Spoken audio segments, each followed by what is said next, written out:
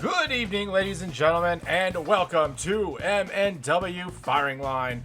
My name is Joe, and already we are coming out strong with, well, not the reaction images, but hey, you know what? That's not going to keep us down. No, sir. Anyway, so, ladies and gentlemen, we had a big weekend ahead of us. We have Future Shock coming up as well as, well, not this weekend. I'm screwing up already. This is not throwing me off my jive whatsoever. You know what? Screw it. I'm going to fix this. We have a big weekend ahead of us. We have a big week ahead of us and everything. And hey, we got... exactly. It's not a firing line without at least some form of technical difficulties. But hey, there we go. Awesome. Anyway. But yeah, we got Future Shock coming up. We got the road to Multivania on its way as well as a few things happening in the Flashbang side of things. But let's not focus on that too terribly much, and let's get right on into it. Anyway, ladies and gentlemen, we start off with Friday Night Flashbang, and we're going to kick things off a little differently. So, in ring, as we speak for this segment, we are going to be going down to the ring with the Jester of MNW, Ramund. Sorry to interrupt your normally scheduled broadcast, but I thought we should start things off a little differently, since the champ likes to run his mouth so much, and I quite honestly blame what happened last week partly on his shoulders. Now, Spike, you little naughty boy, you didn't tell me your boyfriend was back. I would have made it a double date. Now, I thought you would have had your fill with the big bad Victor Vicious, but apparently you and Burden want to make an example of Ramon and Helix. So, you should do it to my face. Why don't you come down here so I can tell you a punchline of my own? That is, of course, if we're still doing things face to face. But if you'd rather hide in the shadows, Helix and I are very familiar with those. So the choice is yours. Come out here, or I'll come find you back there. I'm waiting.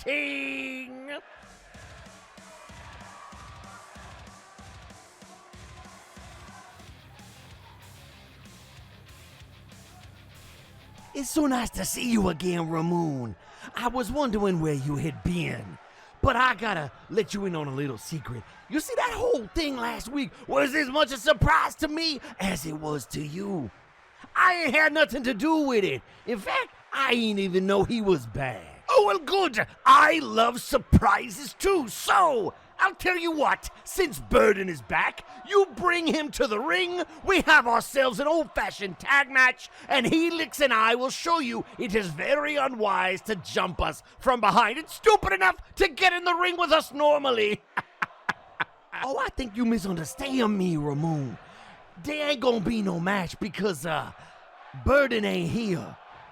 And he wasn't here last week. There ain't no Burden. I know Burden. That ain't no Burden. You dig, Ramon? Or do I need to spell it out for you? Time out, pause. What? What do you mean there is no Burden? There was a very large individual with a similar face to yours, muscly, power-bombing people. He would... I know a fallen star powerbomb when I'm dropped on my head by one. Don't tell me he wasn't in the ring. I'm not telling you you didn't see something you think you saw, but what I'm telling you is what you think you saw is what you did not see. That's all I'm trying to tell you. Believe me, if Burden was coming back, I'd be the first one to know, and he wouldn't need to jump you from behind. The Bone Warriors would take care of business face to face. We don't do things from behind. But if it wasn't Burden, and you didn't have anything to do with it, then who sent Burden, not Burden? I have some questions, specifically for APS, maybe? Maybe they could get to the bottom of this. How about you, Victor? Do you have any knowledge of this? Seems awfully convenient. That's what I was just about to suggest, is the word I was looking for. There seems to be more going on here than we would like to think. And that's because people like Victor get very scared. And whether it's him or some other terrified foe, they gon' pay a heavy price for impersonating a boom. Well, if you happen to hear any news, do inform myself, because Helix is rather pissed off too. Oh, and if I do find out it was you, and for some reason you're lying, and I happen to believe you because it's convenient and the show must go on, believe you me, I'm going to find you, and I'm going to hurt you very badly. But if you are indeed telling the truth, then I believe we have a mystery on our hands. So you do your research, I'll do my research, and we'll compare notes. And then maybe by the end of the night, we'll have an answer as to what the hell is going on. Until then, ta-ta!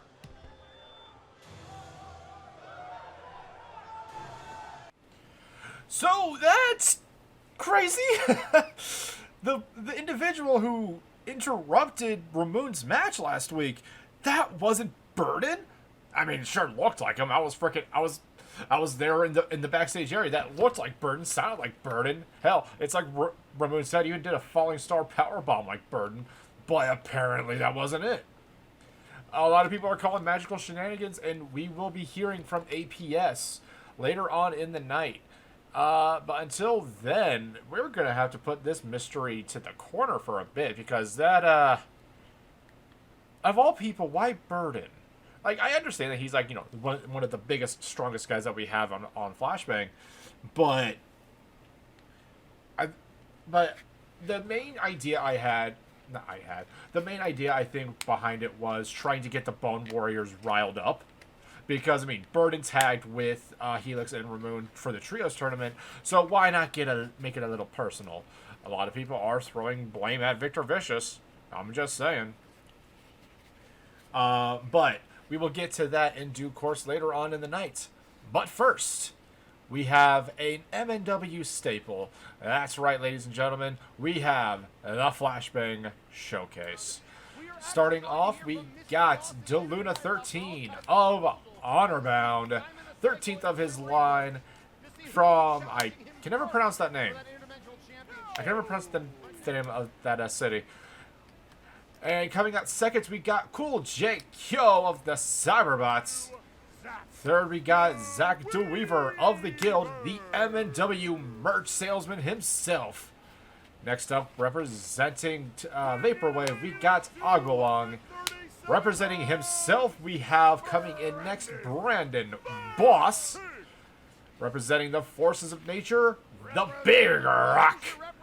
Representing the Grand Equation, we got the Prodigy Lionel Matrix. And representing Apex, Blight Howless. Fucking asshole. And I'm not gonna lie, you put a bunch of people and Blight Howless into a ring, and they're gonna get manhandled. And as we can see from Lionel Matrix, who is giving it his fucking best. Look at those body shots to the abs, and then, well, there's the mauling. And then Big Rock showing Brandon Boss. It's not just boss time, it's time for some rock. Cool J Kyo and Agualong are squaring off there in the bottom. And then Zach DeWeaver is getting getting pressed by DeLuna's knee in the corner there. And it looks like freaking Lionel Matrix threw Blight House right into the middle of the ring and just giving them those clubbing forearm blows. But yeah, ladies and gentlemen, this is I think the main theory was this was Blight's match to win. You got 7 individuals who are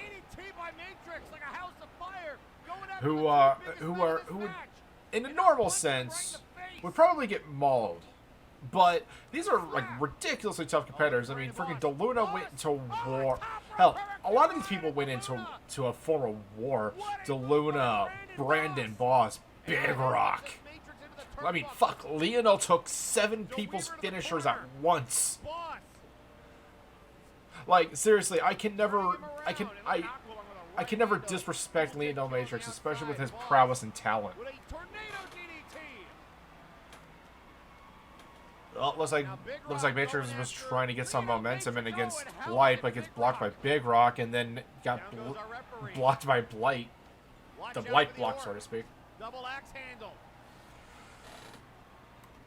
And it looks like we got someone busted open. Oh, looks like Deluna's on the top rope. Oh, doesn't get it all. Big Rock gets right out of it. Looks like we got Aguilon on the ramp. 2, 3. Kojikyo is eliminated. Ooh, got under a rock from Big Rock onto DeLuna. We got Aguilon trying to shoot his shot against DeWeaver and Lionel Matrix in the corner there. Oh, looks like DeLuna got eliminated by Big Rock. Oh, Brandon Boss trying to sneak a pin on Blight, and he gets it! Blight Hellas has been eliminated. Freaking Brandon Boss just snuck that one out there. Oh, God, Big Rock. Oh, no, Big Rock. Oh, nearly missed Aguilon there. Oh, man. Like, that would have been like 100 some, like a buck 8,200 pounds of freaking wrestler just slammed on top of you like that. Ugh. Freaking Aguilon dodged a bullet. Oh, but Big Rock ain't dodging them kicks, those quick, swift strikes.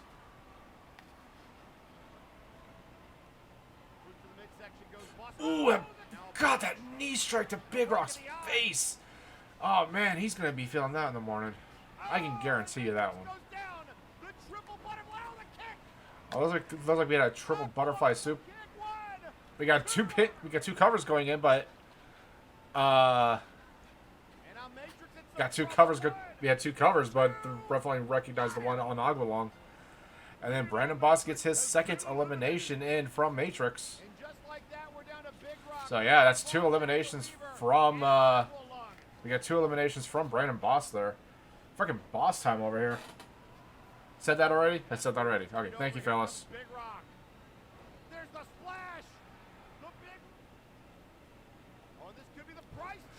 Oh, looks like we got price check onto the Big Rock.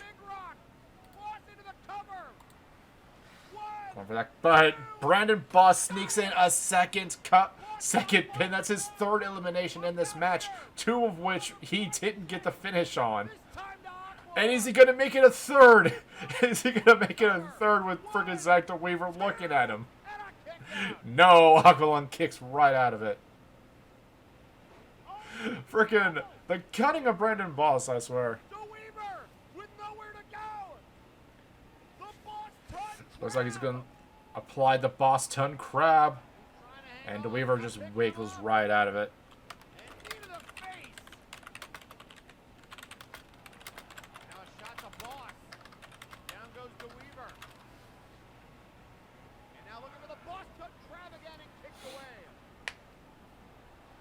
Apologies, ladies and gentlemen. Ooh, just swift kick. The freaking MMA style of Brandon Boss on full display. And that nice little kip up. The man with 3 wins in a showcase match to his name. And Aqua's beside themselves. Back into the ring we go. Up over the top rope. And looks like we got DeWeaver and Aguilon up. Oh, nice drop kick, though, to Brandon Boss, putting him on the outside. Aqua with a right hand. Picking him up. Oh, and a reversal by Boss. Now look at DeWeaver with a vertical suplex. Nice suplex, though, from DeWeaver. It appears as though not the absence. It appears as though he has not really gotten a whole lot of rust on him. Oh, God.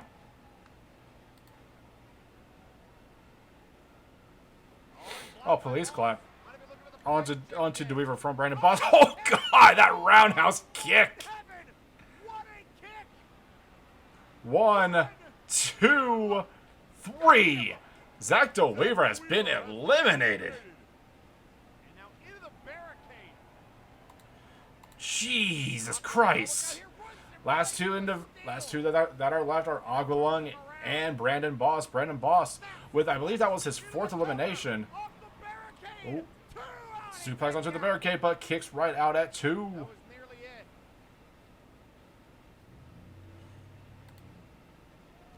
Now the right hand. Aqua trying to build momentum back into the ring we go. Throwing Boss right back into the ring there. And now look out here, the camel clutch trying to tap Boss out. Oh, is Brandon Boss going to tap? Is he going to tap, ladies and gentlemen? Now slamming his head right into the canvas. And now again, these kicks. Oh, right to the Ooh, nose. God. Freaking educated feet of freaking Aguilung.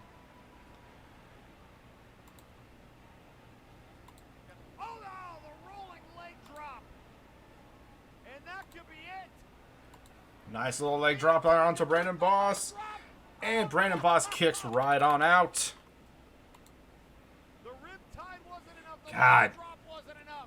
Who's going to win, ladies and gentlemen? The kick. Brandon Boss, Aqua or just the took returning it Brandon Boss, or into the cover. arguably one of the favorites of this match in Aguilung, kicking right at it too. Good grief. And now the Kami Goye. Oh, God, a brutal fucking knee strike though. Taking him away from the rope. What is it going to take? Another one. A second Kamigoye.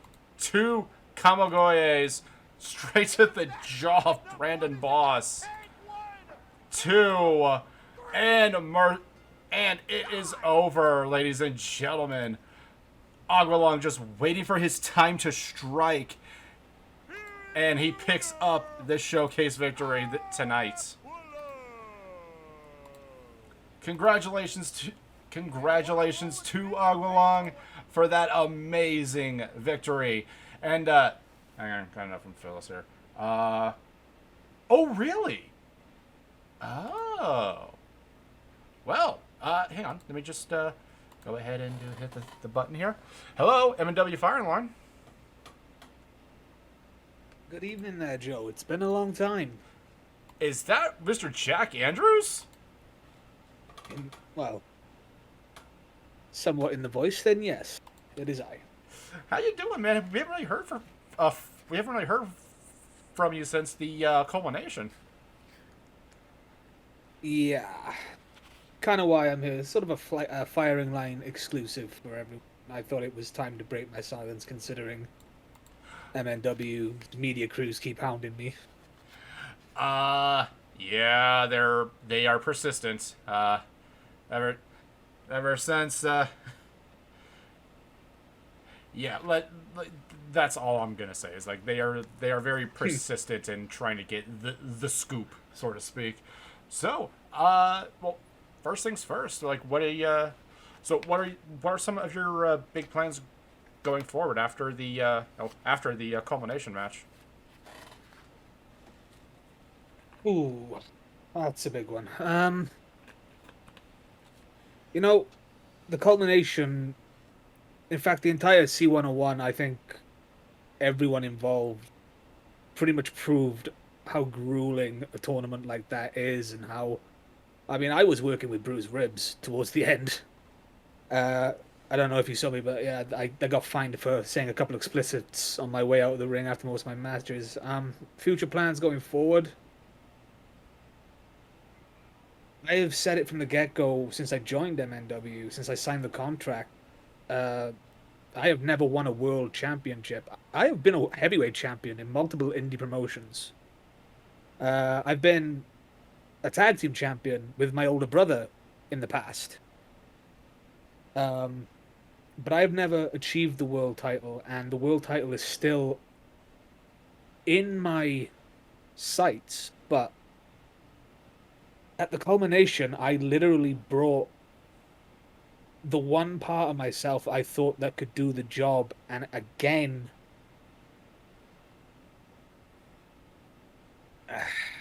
Gingy's a hell of a competitor. He's, I respect the hell out of him. Well, But sorry, go ahead. I don't know. The rumblings in the locker room, the doubters, the naysayers. Can I win the big one, or will I choke every time? It's part of the reason I haven't been very forward. Well, I mean, to be fair though, I mean, you went. I mean, against all odds. I mean, a lot of people had like mostly trying. I'm just trying to remember who was all in your block, but I mean, Victor Vicious, Suicide Gemini. I mean, hell, even Kuso Kale were definite favorites, and you snuck in and it got the win over all three. Like about over everybody. I mean, personally speaking, you were one of my favorites to win because I mean, I know how you work in the ring, and I know how good you can be, especially with well, since you came back to Friday Night Flashbang. Well, thanks for that. It would have been nice to go undefeated. The upset from Kuso Kale. At that point, it was just the effects of everything just took its toll on me. Yeah, Kuso was a hell of a competitor, definitely worthy of being one half of the tag team champion.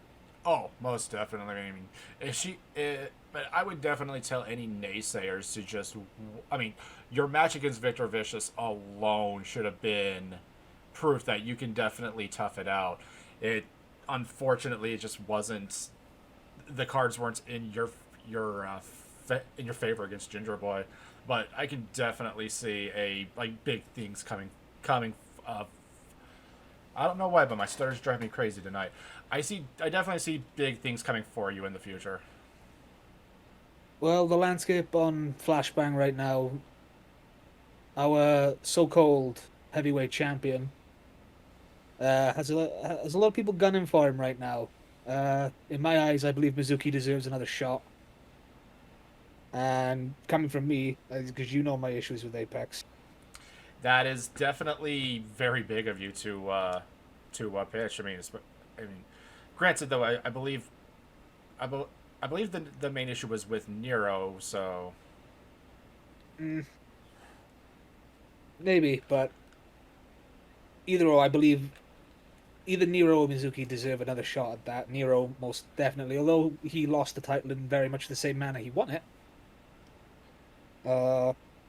Towards the end of his reign, he did things legit, and it was a powerful reign, and he gained my respect, as did some other members of Apex, for the way they've been turning over a new leaf, as it were. I'm still not 100% trusting them, but that's neither here nor there. But also not looking past Spike, because Spike is next on the list.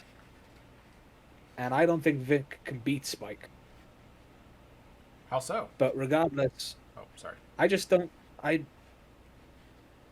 just don't think Victor Vicious is the guy.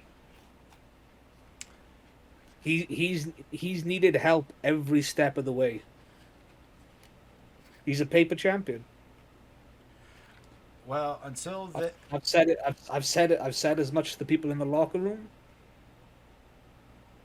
That's just the way I see it, and I think Spike has the drive to be a world champion.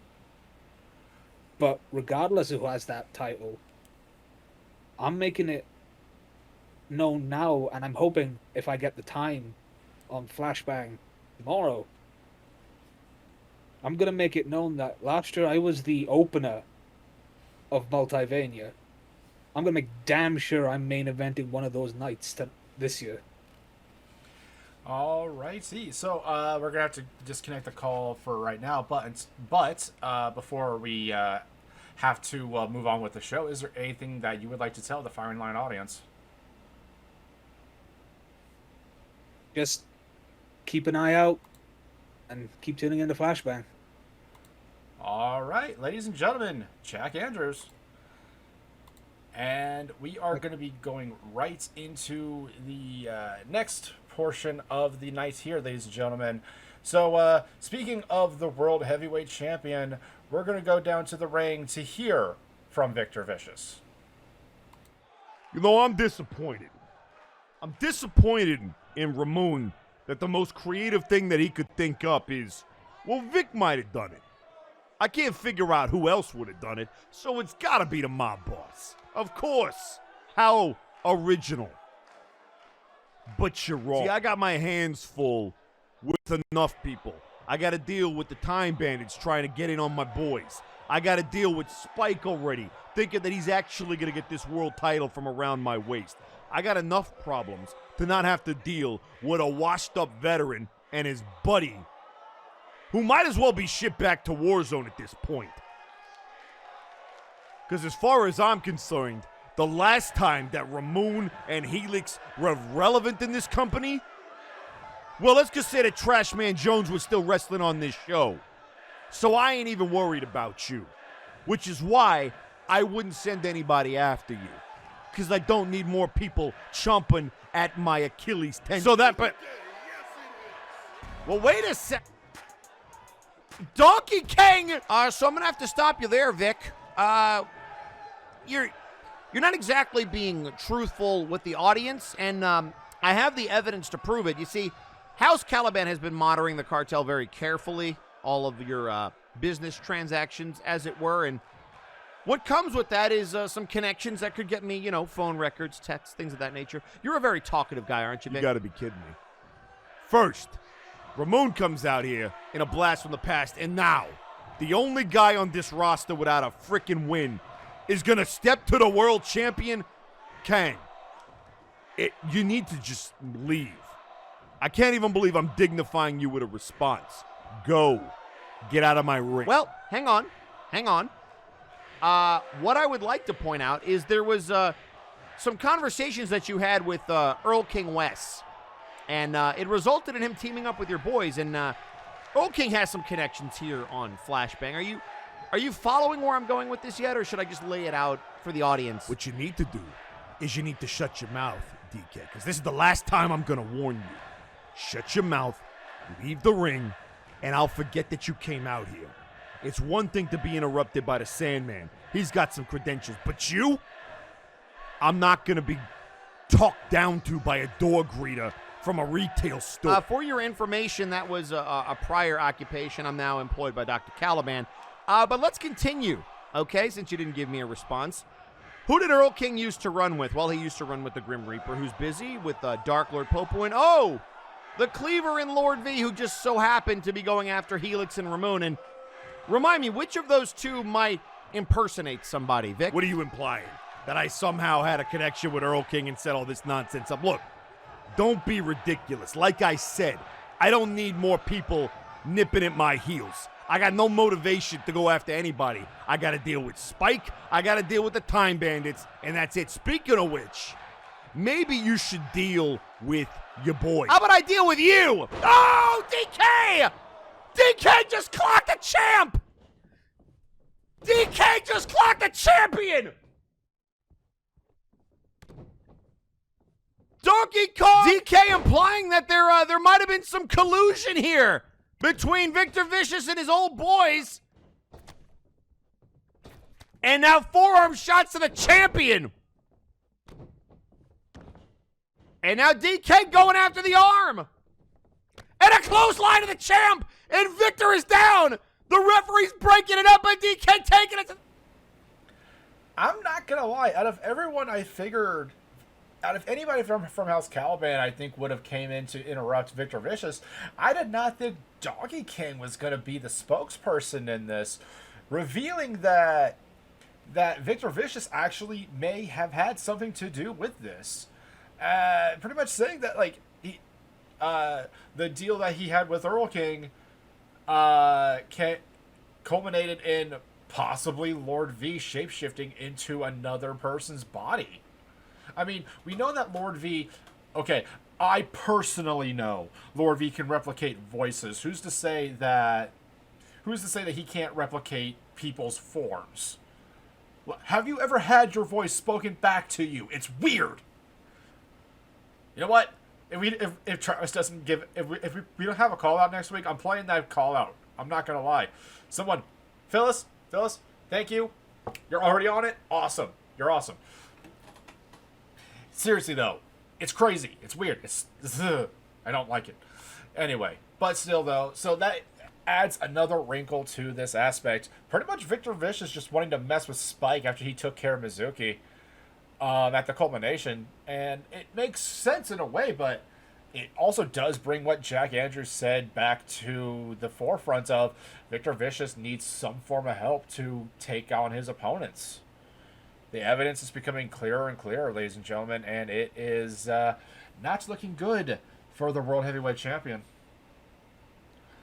But until then, we will see we will hear from APS later on in the night. But let's get back to some wrestling, why don't we? We have the King of the Jungle, Shere Khan, going up against Froggy's mom, who's got it going on, Slam Phibian Shahalem. Yeah, I miss Shahal. I miss Slam. She's awesome. And ladies and gentlemen, coming up representing the Guild, we have the Curator in a nice triple threat match.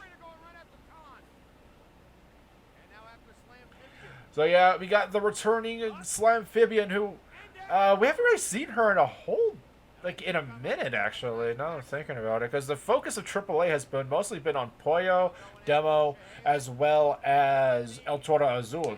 We haven't even seen Sheepy in a while. I miss Sheepy. He gives the best hugs. Just ignore the whispers and the voices that's coming out of his... Oh god, Curator catching Shere Khan and just dropping him on his knee there. And then immediately drop kick to Slam. I think the Curator's definitely... I think the Curator's trying to get a good... get a good performance. I don't know. What am I trying to say here? I think the Curator's definitely trying to be on his A game, especially after... Oh god, Shere Khan! You madman! Tiger. Yeah, also, for those who don't remember, oh god! Ooh, trying to go for that springboard forearm strike, but doesn't get all of it. Also, yeah, ladies and gentlemen, please don't forget, Shere Khan is a were-tiger. How he got it as a werewolf, from a werewolf, is beyond me. Seriously though, what was my train of thought there? Oh yeah, Curator trying to put in his A after the loss of Zach DeWeaver, as well as the Guilds' loss in the Trios tournament. I think they lost in round 1. I'll have to double check with Carla, but definitely trying to get some more eyes on him, as well as Slam and Shere Khan. My speech impediment, ladies and gentlemen, is driving me nuts today. I think I need more energy drinks. I don't know. Actually, no, I probably need less energy drinks, because that would mean I would have to calm the fuck down a bit. Yeah. Anyway, what was my train of thought there? Okay, we got we got Shere Khan on the outside. Curator trying to go for a belly to belly, but Slam just denies it and just shoves the back of his head into the mat. I swear, Slam's scarf is always getting it in her way. I'm surprised she doesn't, ditch it in the after she makes her entrance. It is really nice though, I will say that. Because we have a bunch of people ditching jackets and other people's capes. I mean, freaking Shere Khan. Oh god, nice leg lariat from Shere Khan. Speaking of, yeah, I mean, even Shere Khan ditches his cape. But that's just me. I'm weird like that. I hyperfixate on weird things. Ooh, nice freaking. I think it's a reverse suplex. I don't. There's a lot of move names. Oh god, the freaking odds on Slam Phibian. 3 high knee strikes straight to the face of the Curator. Going for the top rope.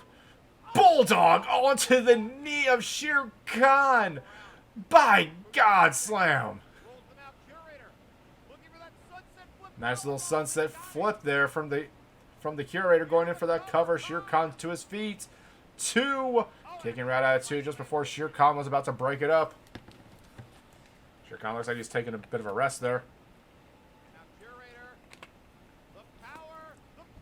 Oh god, the pile driver onto Shere Khan. Khan is busted open. And Curator going to the top. And there it is. The twisting moonsault. Into the cover. Two. Apologies, ladies and gentlemen. I was trying to find the name of that move, but I don't have the list. No, it's not called the Enclosed Tomb. It's something else. Nice little head scissors, though, from Slam Fabian. Two. Kicking right out of two. Two. Apologies if that annoys people, actually. I heard it in hockey games all the time down in southern Indiana. It's, I miss that team. They were awesome. Ooh, double. Going in for that splash from the second rope. Oh, God, that was 2.5. That had to be 2.999 on that one. Oh, my God, Curator almost freaking got the match off of that.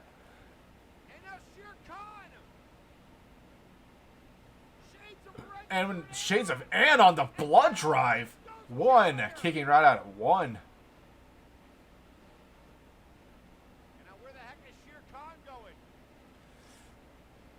I don't even know what Shere Khan's trying to. Looks like he was trying to set up for something here. And a snapmare. Into the cover. 1, 2, and a kick out at 2. And now a kick to the back. Oh, he got her. Tiger Bomb. The Tiger Bomb. 1, 2. Kicking right at it to a slam. And a second Tiger Bomb. Oh, second one right there delivered. 2. Kicks right at it, 2. And then here we have the Curator fighting back. Look out, Curator. Up and down with the Gourd Buster. That's what it's called, Gourd Buster. I was blanking on that one. I keep thinking suplex because of how it's like set up. Ooh, that twisting splash there. Ooh, Curator not going for the cover just yet. Looks like he's trying to retch on the arm. Oh, trapping the arm and giving Shahalem a crossface. Is Slam gonna tap? And and Shere Khan breaks it up, and looks like he's trying to go for a cover. Shere Khan denies that as well. Swift strike to the sternum, though. Oof. And then here we go. Tiger Bomb onto Curator. 2. Kicking right at 2. And the kipple from Slam. Ooh. The discus knee strike and a drop kick trying to get Shere Khan out. 2. But it was a little too late. That's the thing with triple threats that no one really takes into account of. Like, when your opponent is in the ring with you, trying to get the pin on one of them, you kind of do run the risk of those 1 or 2 seconds of trying to eliminate the other one that your opponent is going to recover. Ooh. Giving the same kind of crossface onto Curator. How do you like it? And Shere Khan breaks that one up as well.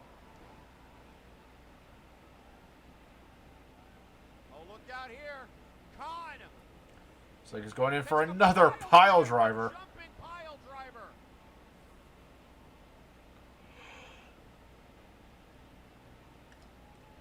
Ooh, just retching at that arm. Oh, God. I don't know what hurts worse, the muscle damage or the nerve damage after that move, especially after getting stretched out like that. My assumption is the nerves.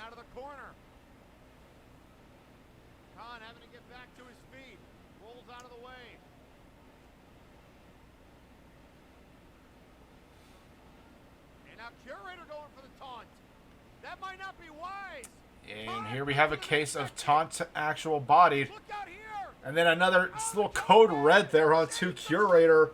2. Kicks right out of 2. Actually, I think that actually was a Canadian Destroyer code red. I can never get those two right. And then a third Tiger Bomb onto Slamfibian. 2, 3. 3 Tiger Bombs. 1, 2, 3. Ladies and gentlemen, your winner, Shere Khan, the king of the jungle. And look at him just reveling in this victory. He has not missed a step since his return back to Flashbang. I mean, especially his declaration to go after Brawl Kaiser's interdimensional championship once the Brawl Kaiser, Simon, and Grim Reaper situation has been situated. And speaking of which, actually, coming up next, ladies and gentlemen, speaking about Brawl Kaiser, we hear from Mr. Lawson after last week's proposal from Brawl Kaiser. So what I would like is for Brawl Kaiser to come out here so I can address him directly.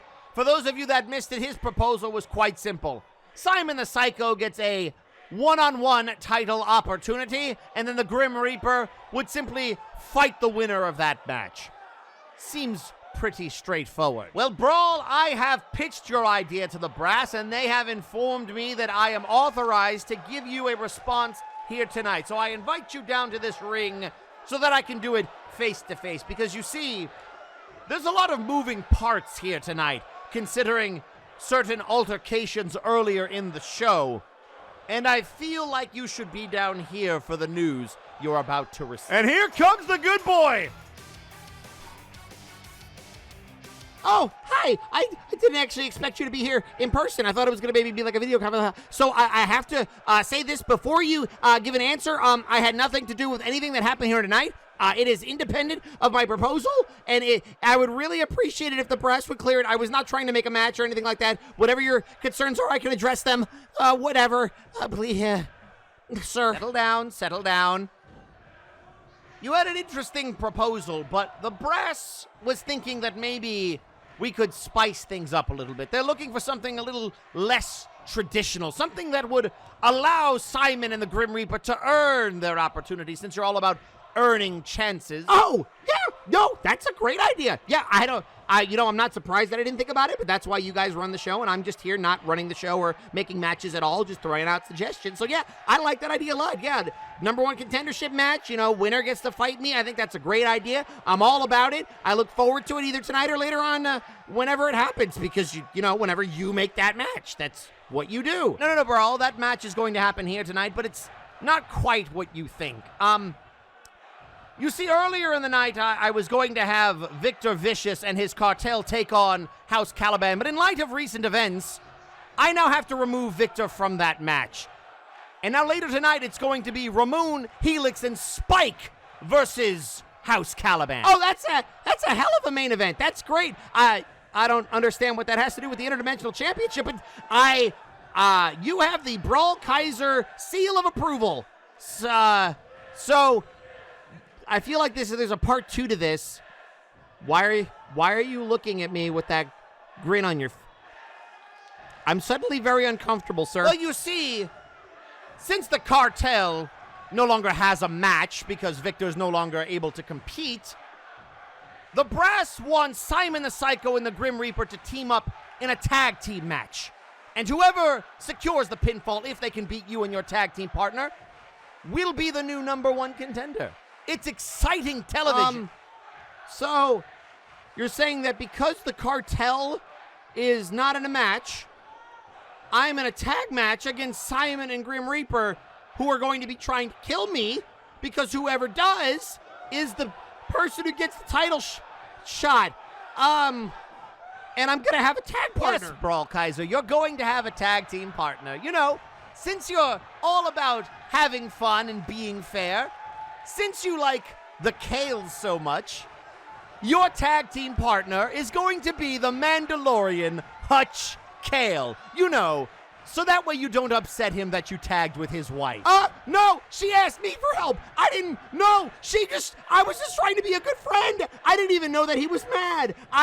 Oh dear. Okay, so, yes, sir, I can handle this. This is good. This is gonna work out. What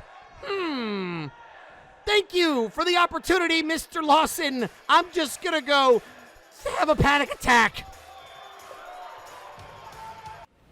I was going to get right into the match, but I have to pause and just reflect. So, right after that, we had a tag team match. Hutch Kale and Baral Kaiser, the good boy, the Sentai hero, your interdimensional champion, goes up against Simon the Psycho and the Grim Reaper. Kind of a reunion for the Empire of Terror a little bit there. But, can we just, like, the reason why I didn't go into the match just yet, because I just want to reflect. Baral Kaiser needs a vacation. Like, he just needs to go off on, like, an island, that's not Isla Scorn, and just go have a beach vacation and relax. He puts up with a lot. And I'm not gonna lie, the Flashbang locker room does not help with that whatsoever. I interviewed just about all of them. Oof. When there's a title on the line or when someone's a champion, you have all eyes on you, and it's not a good look. Anyway, ladies and gentlemen, we are getting into that match. No entrances, just violence. Big dropkick onto Grim Reaper, but Grim Reaper saw that coming a second time. Right hand by the Reaper. And our right hand. Oh, God. I will quote what a chat member, Wandiferous, mentioned. Poor Brawl went to have his panic attack, and minutes later, immediately thrown in with the boys. Yeah, it's not... this socially anxious being. I cherish him so much. I just want him to have a good life. And now he tags in Hutch Kale, who definitely I think he's still definitely pissed off from the loss in the Valentine's Day match, as well as just everything else that's been going on with them. Grim Reaper wants to beat up Brawl Kaiser for the title. Simon wants the title. And Hutch Kale is the man that was screwed out of the title when Brawl won it in Multivania when he beat the Citric. And this just in, we have a follow from RuneWalker01. Thank you for the follow, RuneWalker. How are you? Hope you're having a fantastic evening. And we got Simon the Psycho tagged in. Oh, God, that pop-up. Trying to go in for a pop-up powerbomb, but gets countered into a Hurricane Rana. Freaking Hutch Kale's a house of fire, and I don't blame him. So many complicated things are happening in his life right now, and he is not happy. I wouldn't. If I was Hutch, I'd be in the exact same position, honestly. I don't really know a whole lot of people who wouldn't. Well, looks like he was trying to go for some forearm strikes, but Simon was just not having it. But bam! Swift knee strike straight to the face after that very nice looking cartwheel. And Simon getting some offense in with that drop kick. Uh-oh. Well, we got some stuttering, ladies and gentlemen. Hopefully that gets resolved. Yep, it does. Thank you, fellas. Tags in the Grim Reaper.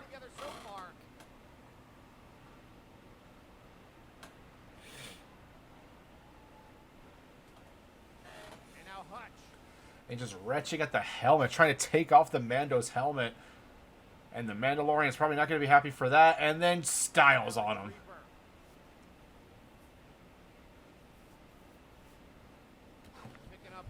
Oh, got him by the goozle. Nope. Just a leg sweep there. That's a little jawbreaker there to get out of that. Ooh. Nice, Hutch. Nice. Oh, it looks like he was going to tag in Brawl Kaiser, but now it looks like he's getting set up for target acquired. No, those going straight up to the top rope after that. Simon trying to intercept, but Hutch doesn't give a fuck. Combat roll. Going cover, legs up. 2, 3. Ladies and gentlemen, your winners, Hutch Kale and Baral Kaiser. That was a fast match. And Interdimensional champion, I feel like that eased. I would hope that that would ease Brawl a little bit. But here begs the question, ladies and gentlemen: does this mean that Hutch Cale's the new #1 contender for the Interdimensional Championship? He got the pin. He got the win. So yeah. Realize that we're going to tune in tomorrow and see what becomes of that. But first, from one championship to another, ladies and gentlemen, we are going to hear from 1/3 of the Trios champions representing Doom, Mad Jack. Flashbang! It's been so long! I've missed you!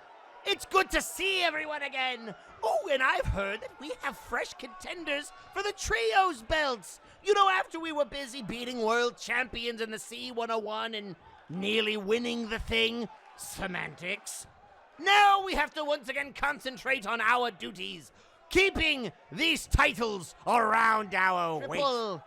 Triple S, Triple H, Triple A, that's what it was. That's right, good old El Pollo de la Muerte and the Apex Flunkies. How nice of you to try again. Notice, ladies and gentlemen, that Doom asked for new contenders. And so what did Triple A do? The same thing they always do. Switch around their members, get all the way to the finals, win the finals, only to fall before the feet of Doom. Because the same flunky is still leading them, El Pollo. You couldn't beat Nero. How do you think you're going to beat me? Beat Doom! You're not. You see, Zaricus was busy pitting Victor Vicious. I was beating Bosco Duo on Warzone, and now all we have to do is the thing we're best at. Win a trio smash against the team we've already beaten. You think Otoro Azul is your X Factor? No, you're dealing with the X Factor right here, the Pumpkin King. So tonight, AAA, I've arranged for a little bit of a fight for you. That's right, some old friends of yours. They're very eager to get their hands on you, and Doom will be watching, because when you beat world champions and you've held these belts for nearly a year, apparently you can just take the night off, and you can make matches. Because guess what, Lawson? I just don't give up.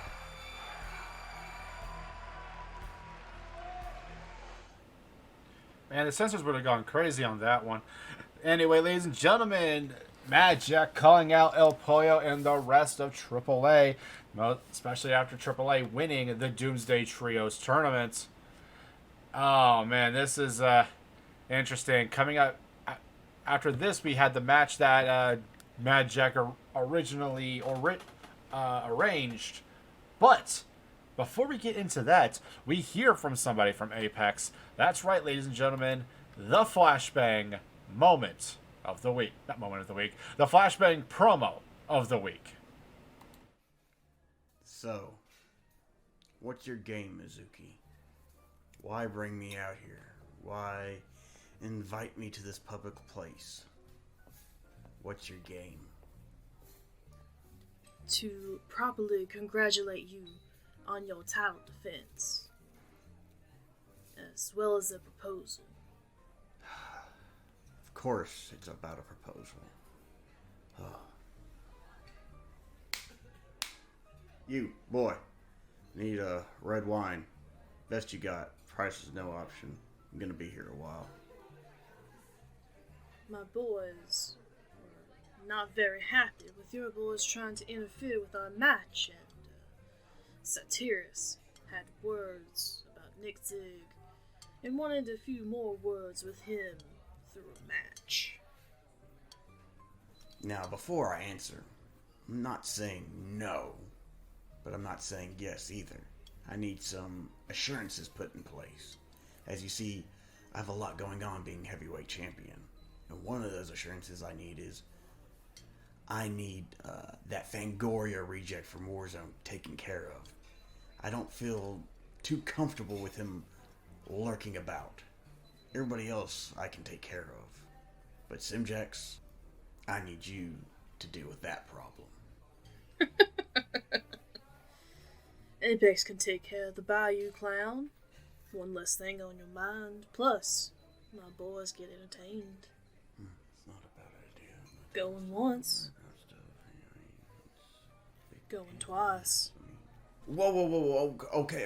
Hold up. You've got a deal. Satiris gets his match with Nitzig. As long as you take care of Simjax and make sure he don't show up. Some finagling may have to be done with the brass, but, you know, at the end of the day, I'm a man of my word.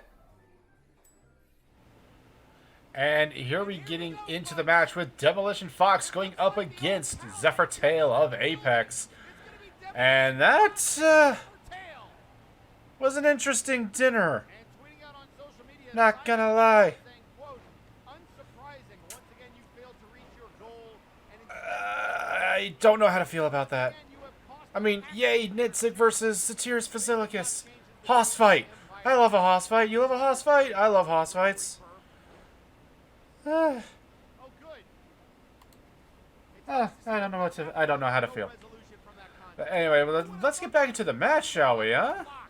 Yeah? Yeah.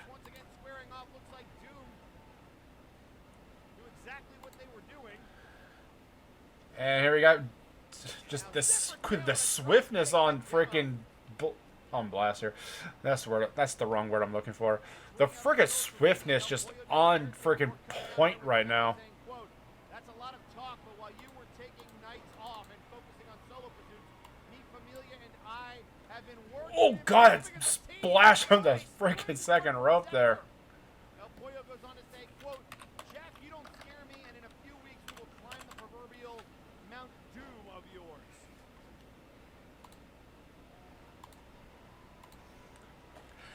And then just some clubbing strikes, and then Demo just denying that right then and there.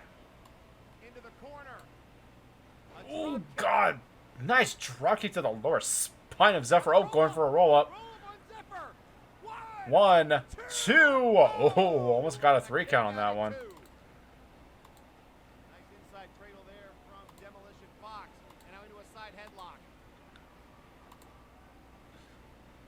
Nice little headlock there from Demolition Fox. You don't really see him get to do much ground and pound stuff. We could have other things on our mind, or we could decide to come and take our titles back whenever we want. Oh, good. And now Zephyr taking it to Demolition Fox. So Zephyr Tail, though, quickly trying to recover and get some momentum back. Demolition Fox, though, wheeling him back into this freaking corner. a match? I'm curious what the other members of Apex Well, think about that. Trying to go for like another sweep like motion, but Zephyr fights right out of it. Body blow. See, Zephyr is actually one that I actually been curious of, like what would he look like as the interdimensional champion? I mean, yeah, he could go for a world title, but I think the Napiers have that specific title. Ooh, Sunken Sea Treasure. And out of the top row. And it looks like he's trying to go for the Yo Ho El Bo. Oh, the Demolition Fox gets right out of it. And a quick DDT straight to the frickin' dome. Demolition Fox trying to hype up this crowd. Zephyr pulling himself up.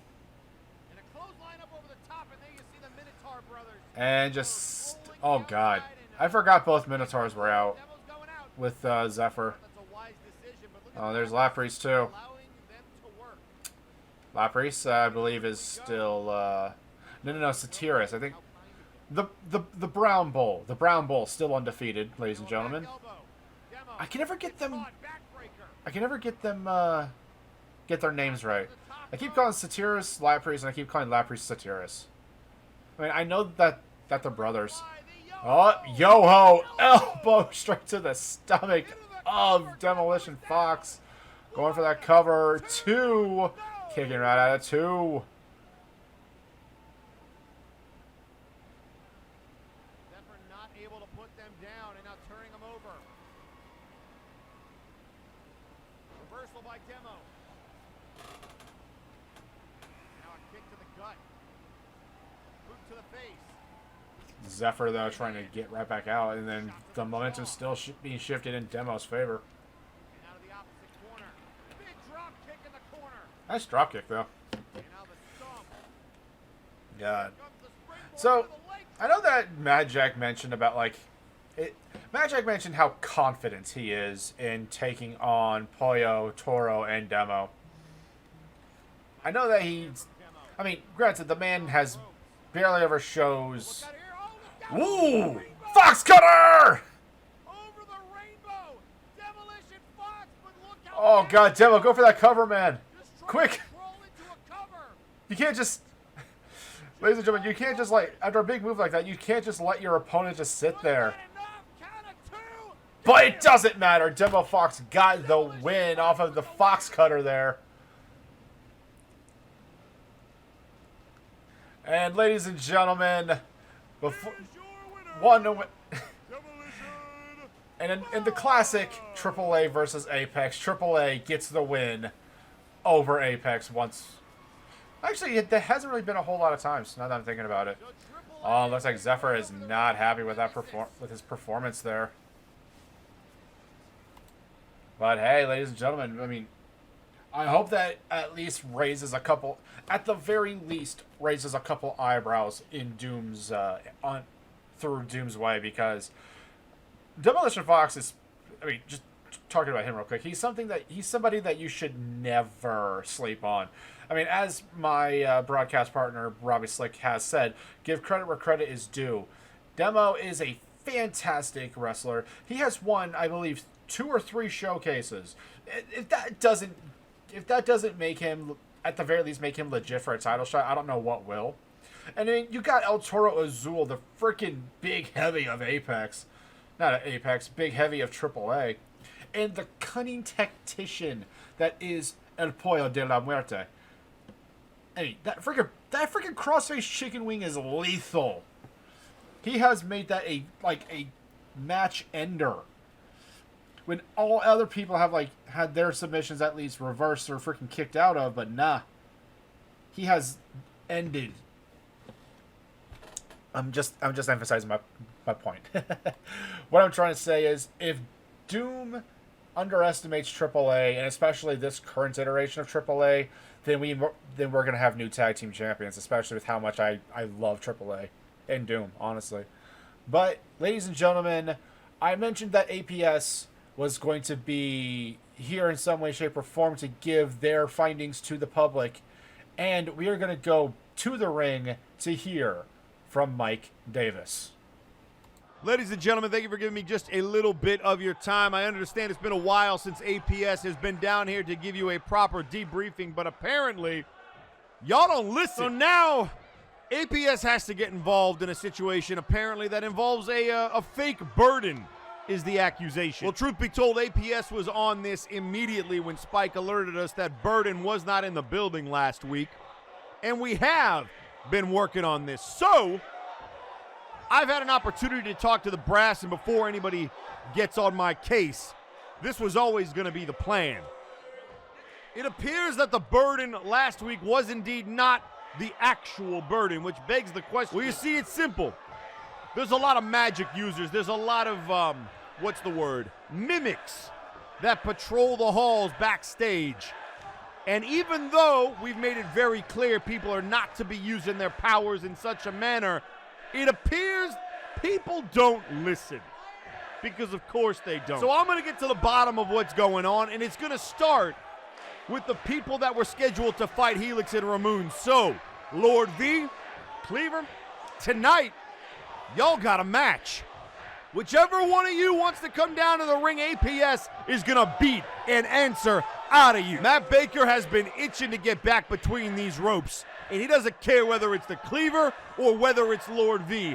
One of y'all is going to answer for what happened last week. Oh, and by the way, Victor Vicious, if I find out that you're cutting more deals behind the scenes, you might not have any special powers, but Baker and I would be more than happy to break up whatever plans your little cartel has. So keep your nose clean unless you want more problems. Capiche? I'll see you in a bit.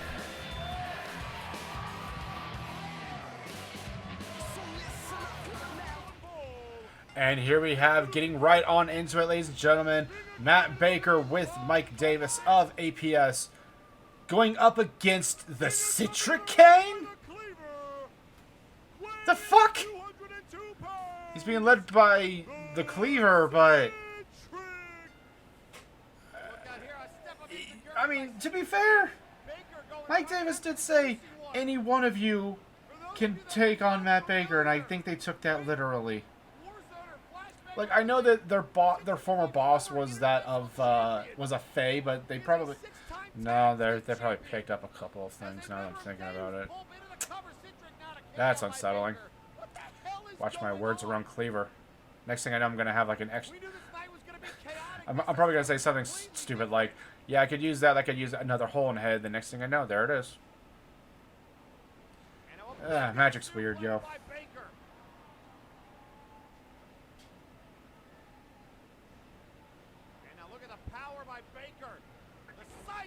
Ooh, a big slam onto on the Citric Cane. Listen, I don't know what the hell is going on at this point. Like, we got confirmation from Mike Davis that that was not Burden. That was, I mean, it was probably Lord V. It was probably some other kind of shapeshifter that we don't know about. Because we did get word that the Citric King of Warzone fame is still in the hospital. So yeah, that we don't know who this is. My bet's on Lord V. If I'm being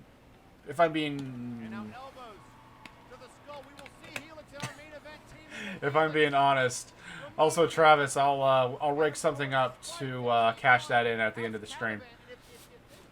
I forgot I had that.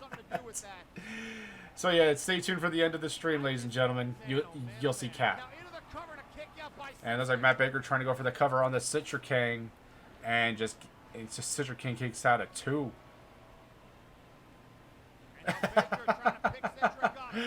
It's okay, Travis. You're all right, man.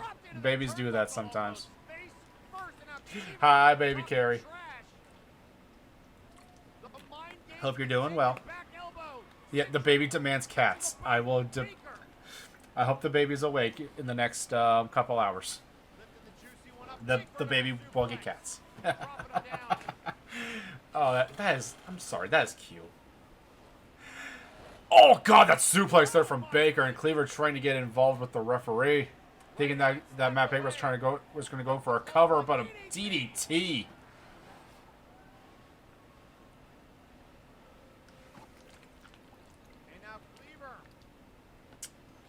Ooh, looks like we got a. Oh, got a trap in the arms and just kicking his head straight into the freaking mat there. Oh god, freaking boot straight to the gourd. And then we have a chair just magically appearing in the ring. There's a stomp to Baker. Oh, look out here! It's time to get juiced. Oh, just retching at the neck of Matt Baker. The juicer is applied. And now ripping back on that jaw. But Baker does not tap out. He resists. And I'm surprised the ref didn't see the frickin' chair there. It's right in front of you. I swear, it's like me trying to look for something in the refrigerator. 1, 2. Kicking right out of 2 after getting his face introduced to the mat once more.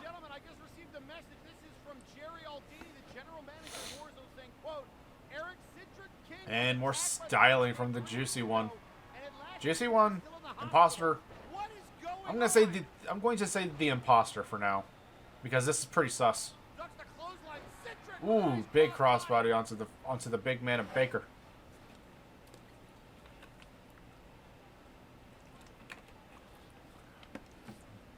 Yeah, what's Citric planning for right now?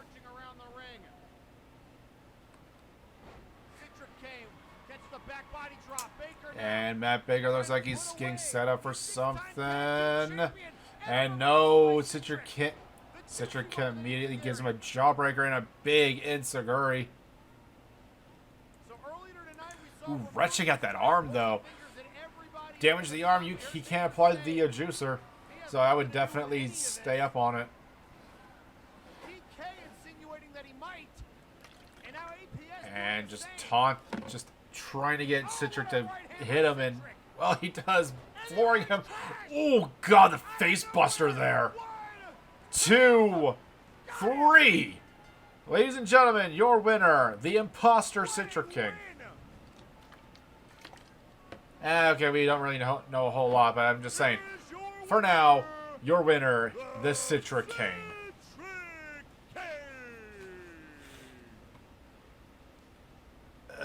Ladies and gentlemen, thank you for getting... There we go. I had it on the wrong slide. Whoops. Whoopsie doodle. Anyway, but yeah, that is, man, this situation is getting, crazier and crazier. God, who's he gonna come in next as? If this individual is if this individual is coming in as other people, who the hell is he gonna portray next? Oh, that's a dark thought. That's a dark thought indeed.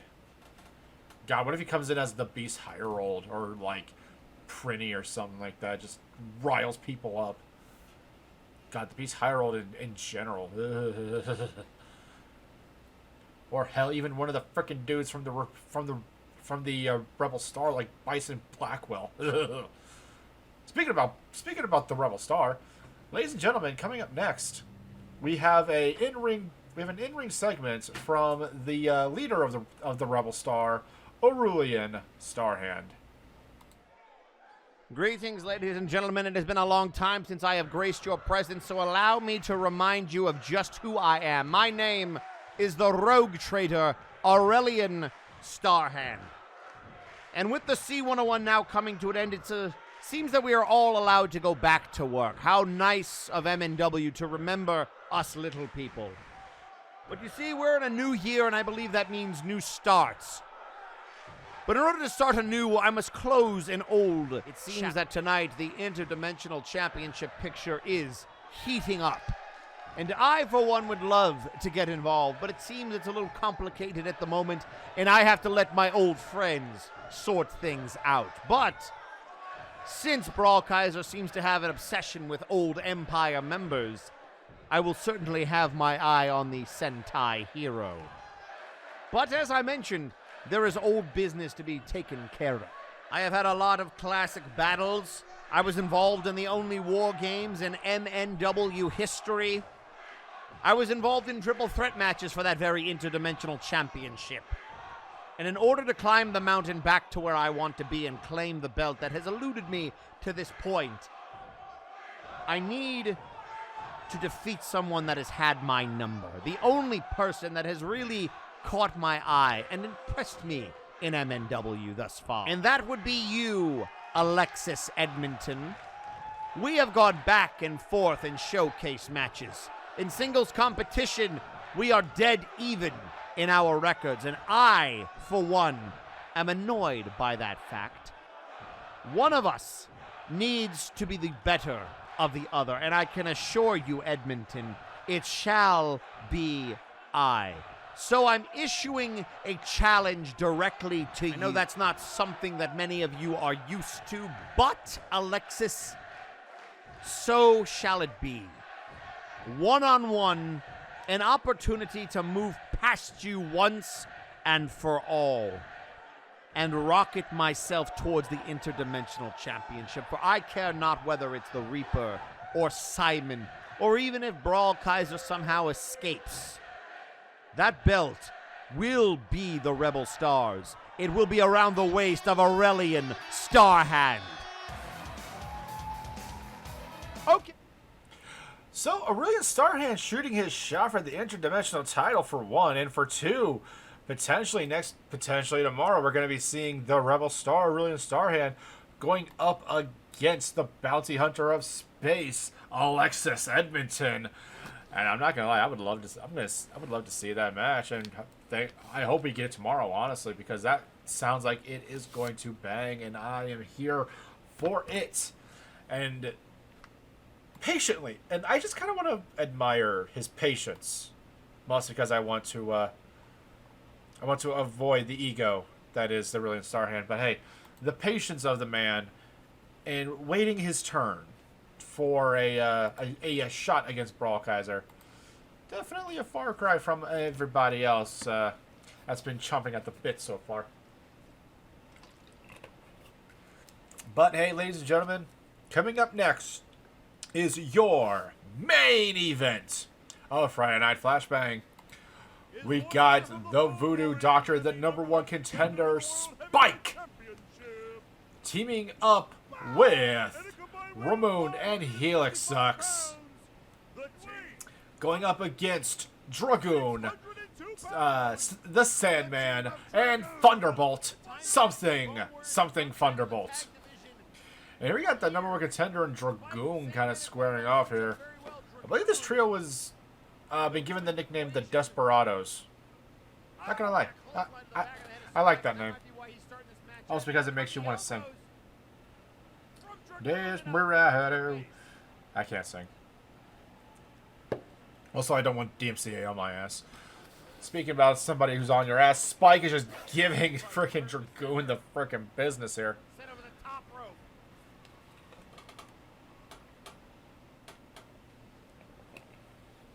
It looks like he tagged in Thunderbolt. Quick. Yes, Los Desperados. Thank you. I appreciate you, chat. And just trying to get to stay on the Voodoo Child. Thunderbolt just raining in those freaking blows.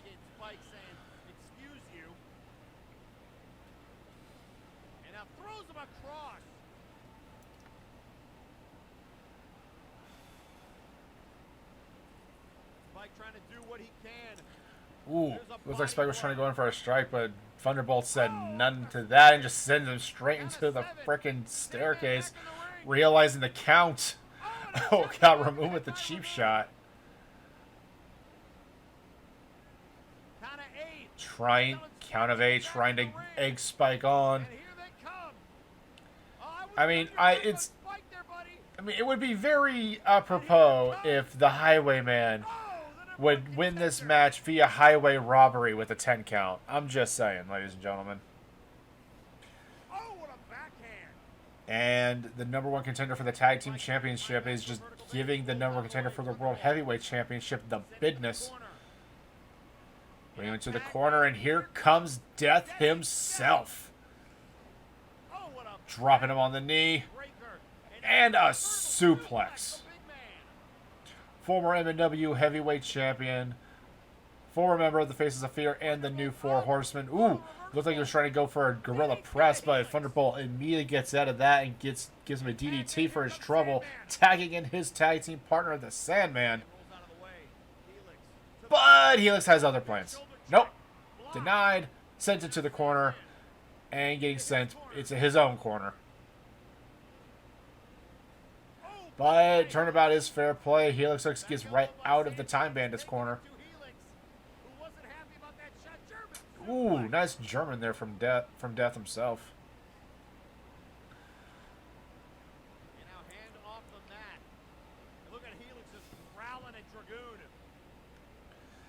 Oh man. Just the brutality of a former world champion, ladies and gentlemen. It's awe-inspiring, honestly. Forget about the physical task that Helix presents.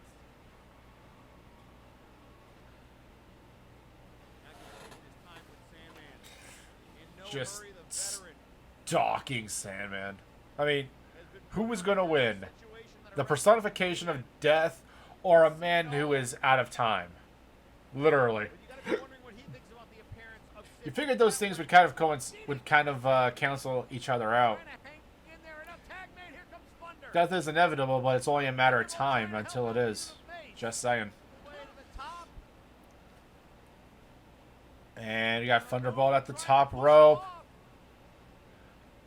And an elbow drop straight onto the back of Death's head. Oh god, now I just gave myself a freaking word puzzle now. Great. I'll just send it to a buddy of mine who's into the philosophy-based stuff.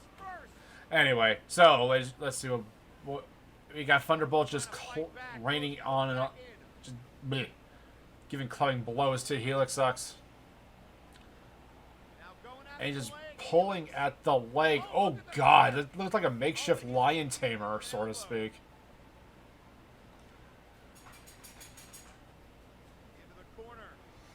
Ooh, spear into the corner. Lower back hitting that buckle. Ooh. And then stand and deliver. Will he give you the Ravia? No, Ramon breaks it up.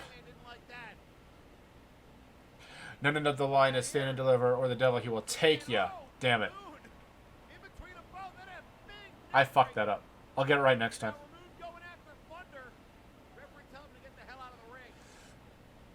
Going into the corner, Death himself gets right out of it, whipping Thunderbolt into his corner. Ref down. I think that was the first one of the night, which is kind of nuts, actually. We're kind of used to the refs being knocked down like 5-6 times in a match. Tagging in Dragoon. Oh god, the power of Thunderbolt. Drop kick suplex. And Spike and Ramon trying to go in for the tag, but Dragoon just denies it. Ooh, that's a little scoop slam.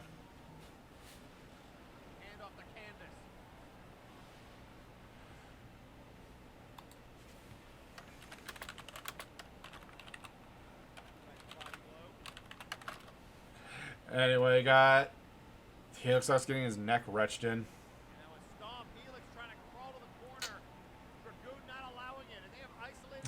Looked like he was trying to give the ref the sign of, hey man, I think he's done for, and then Helix gets right back up.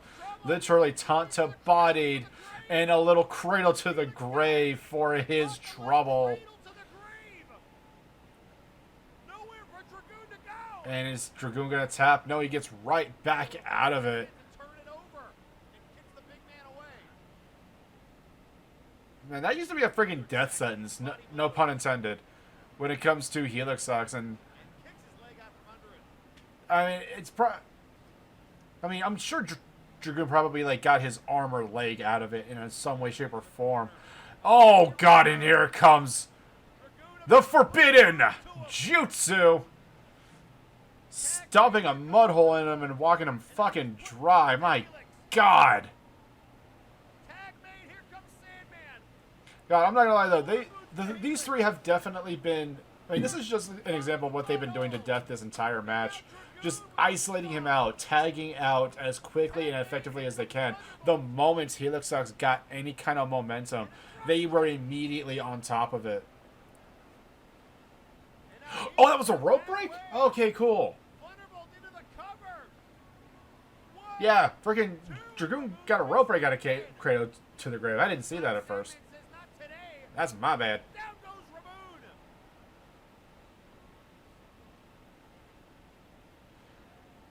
Whipping him back into the corner of Caliban. Tags him in. Out of time onto Death himself.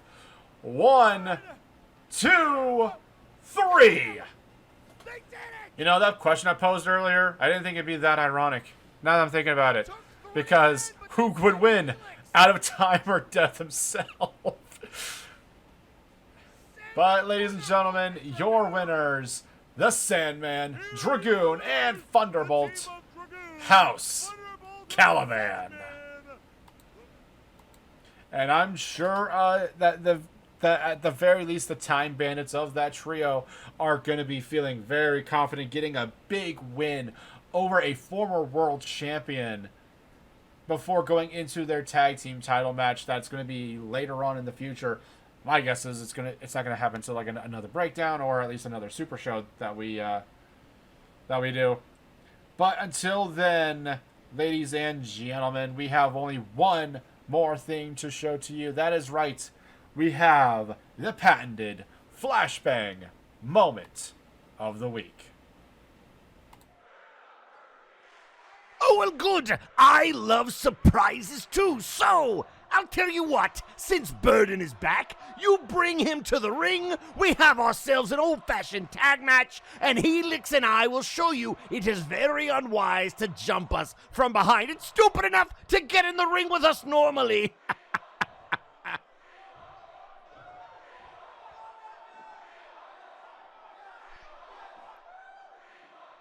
Oh, I think you misunderstand me, Ramon.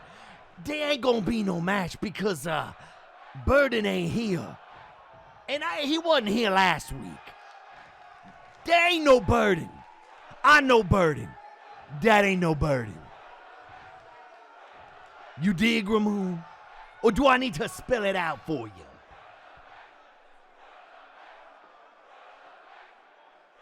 Timeout, pause, what? What do you mean there is no Burden? There was a very large individual with a similar face to yours, muscly, power-bombing people who... I know a fallen star power bomb when I'm dropped on my head by one. Don't tell me he wasn't in the ring.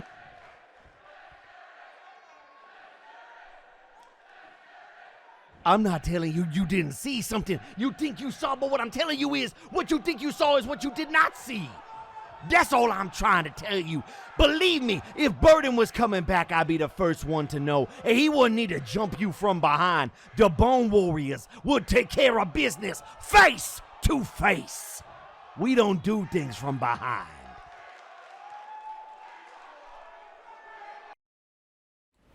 I'm not falling for that joke. But ladies and gentlemen, the talk of the night, that is not Burden.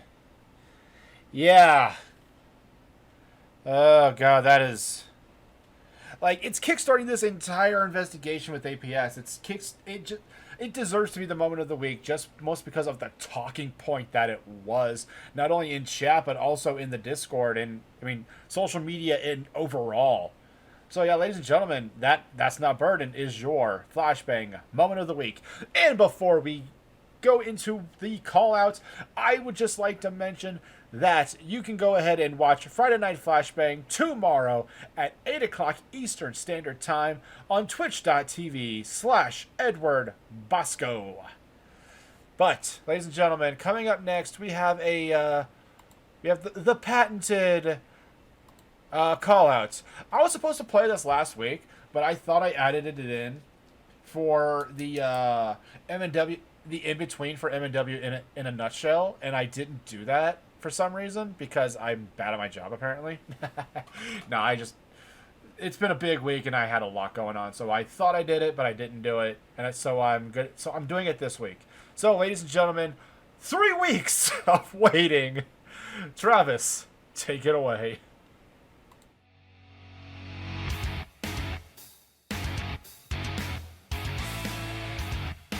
Hi everybody, welcome back to the Call Out. My name is Travis, and today with the messages of who wanted to come on to the Call Out, I just got a blank sheet of paper. So I don't even know who's going to be here. All it says is it's time for the...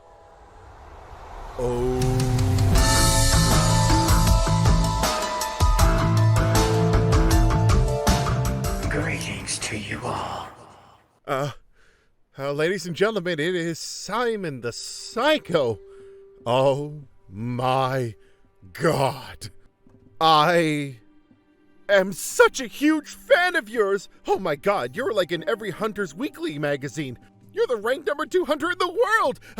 Can I have your autograph? Okay, no, don't be stupid. Don't ask him that. He's here for an interview. Okay, play cool. Simon the Psycho, how are you doing? At the moment, slightly confused, number 2. But our odds have been favorable lately, so we cannot find fault. What's it like being in Honorbound? A stark contrast from the Empire. Not that you're a part of it now, but do you get along with your partners, DeLuna and Bulldog? It is a welcome change from our hunts with the Empire Pack. Honorbound may be a small pack, but our bonds are strong. Each of us puts worth in the words of fellow packkin, instead of blindly dismissing attempts to prevent the pack from straying. Now, Simon, there have been some opponents forming within the roster. People like Jagger Blackthorn, Brawl Kaiser, Artemis. and even one of your enemies, Grim Reaper. Do you have any plans to deal with them? There will always be foes to fight. It is purely the way of existence. But one should put the duties of the pack before any personal hunts can be made. Though, we do have something planned very soon. As well as an apparent loose end to deal with. I'm sure it's nothing you couldn't handle. Is there a title or a wrestler in the multiverse you wish to wrestle? We're all dying to know who's on Simon the Psycho's Hunters list. As we said, we have a few things in mind. However, we do not wish to spoil the surprise. Instead, we will reveal these plans tomorrow. Two foes will want to pay attention, and one of them already knows who they are. Maybe to get into the mind of one of the best hunters out there, if you had to pick a style of match you prefer to wrestle, whether it be one-on-one trios or tornado tag, which type of match is your favorite to go into? Like many of the kin, we prefer the style of, as you called it, one-on-one, for it is the purest form of existence. Two foes, one against the other, with only their own skill to gain the favor of the hunt. It is one of the greatest honors that the kin will bestow upon a prey, for in victory, the hunted may become the hunter, and live to grow stronger to fight another day. Now lastly, there have been some questions of your other worldly powers, this great Old Ones. Is there any more details into that Old One's power? Who is he? The Master is a long topic. The kin have served him for many cycles, learning much about him when a chosen goes to him, so that he may request an end of their quest for a challenge, returning to our home to become an alpha of their own pack. But we know the true question you pose to us, and it is one we can answer. There is nothing to fear from the Master. He does not seek servitude, nor destruction, and his relationship with the kin is one we willingly entered. The Master's only desire is to feed on the energy of combat. And before there are any who argue us, it is not death that he feeds upon. It is purely the act of combat. Whether a fist is turned away or find its mark, he feeds either way. His nourishment is the essence of existence itself, and for what he did for the kin, we gladly sustain him. Now, not to keep you here forever, although it'd be really cool to be hanging out with Simon the Psycho, but is there any last questions for the call-out for the fans? Not questions, but instead words. We know what people say about our pack. We have earned them. But do not dishonor the resolve of our pack kin.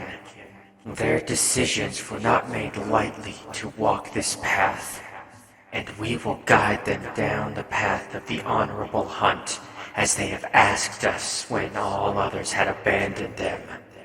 Victor's predictable actions would have served as an example for Honorbound to show our resolve. But the other members of the Apex pack moved before we could react. However, it was their right to react to the threat that their pack-kin faced, and their actions were honorable in their own way. While the hunt may not have favored them, we acknowledge them for their attempt at preserving the hunt's honor. But we have spoken long enough, and there are still preparations for the next hunt. We thank you for your invitation, Travis, and may the hunt ever favor you. I can't believe I got to meet Simon the Psycho! I can't wait to tell my blog! And if you want to see Simon the Psycho, tune in on Fridays for Friday Night Flashbang at twitch.tv/Edward Bosco. My name is Travis, and thank you from the call out. And that was the call out this week. I had no idea that Travis was a huge fan of Simon the Psycho. I guess I have to add Simon merch to the The old stocking stuffer for the office Christmas party. But hey, we are going into MNW Warzone, ladies and gentlemen. And we're going to kick it off with some words from the heavyweight champion, Zacko Duo. So that's it then, Ginger Boy? You made your choice to come after me. That's all fine and dandy. I welcome the best product to come out of the Flashbang factory to step up to me. Besides, sounds like the world's title picture's getting a little muddy with a bunch of under contenders. The multiversal scene, however, is nice and clear. You and me at Future Shock. Plain and simple. But I do want to address some of the words you said last week that stung me with a point, but also boiled mine. You're right to be angry. When you got drafted here, I too look forward to seeing what a former world champion can do to shake things up in Warzone, only to be wasted away and shoved into another pointless tag team that didn't even survive a few months. And the Bell Bros. No other team in the tag division got turned into bigger jokes than them. I still have nightmares about that stupid song they had. You're right to be angry. But I am anything but a sellout. Nothing means more to me than making this place the best it can be. Trashman Jones isn't around to carry the torch anymore, so I may as well pick it up where he dropped it. You stand for Flashbang as its pedestal, just as I do for Warzone. Your catchphrase is Flashbang forever, but I don't see any of them here to help you. If you plan on burning Warzone down after the work I've done, you're going to do it over my broken and shattered corpse. No lawyers to play politics for you, no zoo animals to stink up the joint, and certainly no mafia to protect you. If you want me, come and get me. Wait a minute, Ginger Boy just jumped out of the crowd! There he is! Oh my god, okay, I guess we're doing this right now. Hit it with a German on that entrance ramp, snapping the back of the head of Zacko Duo on the floor. Not taken kindly to Zacko Duo's response. I think he was ready no matter what Zacko said. They're trading shots back and forth on the entryway here. We might need to get security out here at some point. They're brawling it out. Michael, you've Right seen to our the security. eyes. You've seen our security. They are coming. They're certainly not going to, if they're not going to break up anything that happens backstage, they're sure not coming on stage to do anything. Besides, Ginger Boy chose violence. Indeed, both of these competitors did. This war of words very quickly advancing into a brawl here. What a fantastic way to open your show, but these two aren't going to have nothing short of a slogfest out here. I mean, oh no, what's he? Ginger Boy, no. Oh! Oh! Sledgehammer! Right in the back between the shoulder blades into the chest there. Oh, man. And that's how we kick the show off, ladies and gentlemen. Zacko Duo pretty much telling Ginger Boy how it is, and yeah, Ginger Boy not taking kind to that and just decking the crap out of him with a sledgehammer. Oh god, this is not how I envisioned Ginger Boy and Zacko Duo's title match to go. I'm not gonna lie to you guys. But we will see we will see what comes of that on Saturday. But for now, we have an MNW staple on Warzone. That's right, ladies and gentlemen. It's the Warzone showcase match. Starting off with the Gouda Boy, Sir McCheese. Coming up next is Exarcoon. Coming up third is Pure, Unadulterated Malice. Coming up fourth, we have the Janitor. Coming up fifth, we got the Beef, representing VIP. And fresh... and then coming up right after him is the Sparrow. Number 7, we got Strongman Bell, representing the Three Kings. And at last, we have the newest rookie of MNW Warzone, Jot Tristram. Not gonna lie, I saw this guy come out, and I heard like a huge thunderstorm for some reason. I don't know why. It's crazy. And here we got the rookie going up against Strongman Bell. Pure unadulterated Mouse going up against Sparrow. The Beef and Cheese. Excellent combination.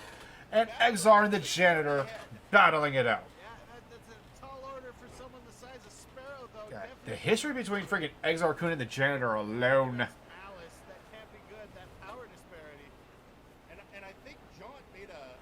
And once again, and just the absolute chaos that this match produces, ladies and gentlemen, is that full display. Yes, everyone's paired off, but oh man, you have no idea. Oh my god, that big swinging headlock from Strongman there. I forgot he could do that. I'm not gonna lie.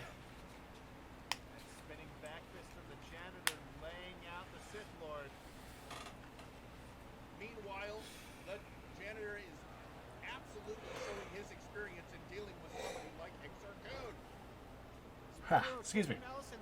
I got caught in a freaking. I got caught in the need to breathe. Anyway, oh god, we got Strowman just picking up Jaunt right there, displaying him very proudly for all to see, and just drops Jaunt right then and there. Not going in for the Oni combo, and ooh, looked like Beef was going in for a spine buster, but McCheese countered that into a DDT, and then oh my god. Janitor's head getting smacked up against the frickin' apron there. Hardest part of the ring.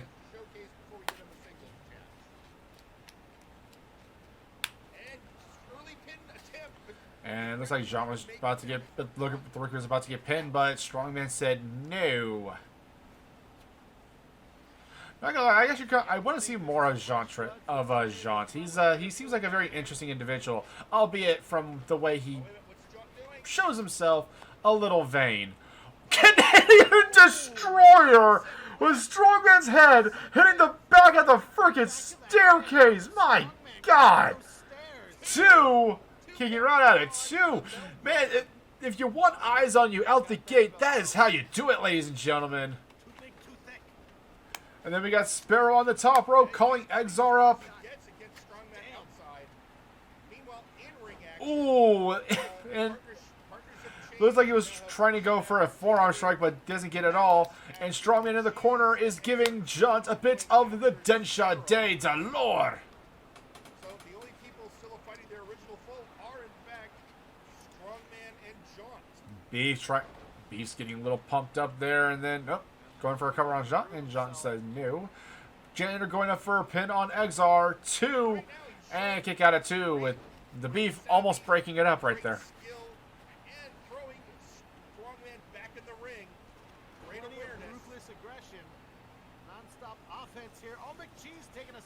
And we got a cover on Exar once more. And that's a 3 count, ladies and gentlemen. Exar Kun has been eliminated. And we hear from one of our backstage interviewers for Warzone that she spoke with Jaunt afterwards, and he was quite happy with his performance that night, despite getting thrown around the ring with the Republic veterans. Never minding the legends like the Janitor. Oh, how nice of him.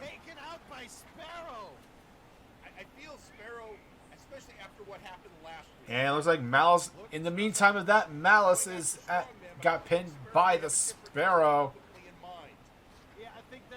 I mean, after freaking, I'm surprised that Sparrow is even competing, given last week's attack on him. I'm surprised he's moving, but I mean, that toughness and resiliency. That, or he probably saw that Beef was in the match and was like, no, I gotta get him back.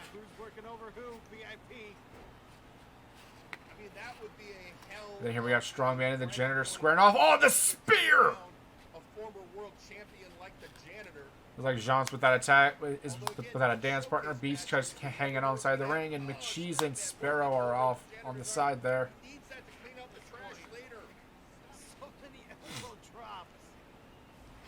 Ooh, face buster onto McCheese, onto the frickin' concrete there. Jean going in for a cover. 2, kicking right out of 2 is McCheese.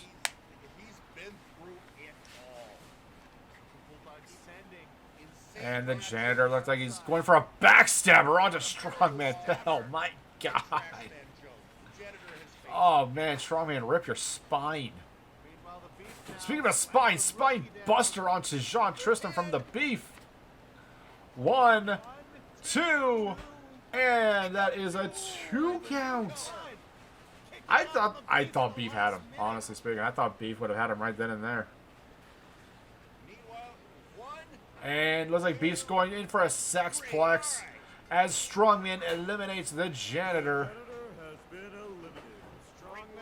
Jaunt is getting...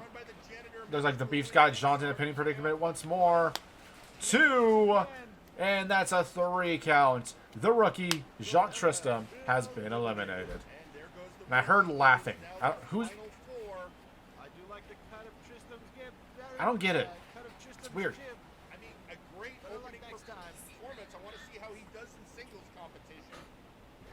Anyway, here we got the Beef going up against Strongman Bell. Sparrow going up against... Well, is going after the younger Bell brother himself.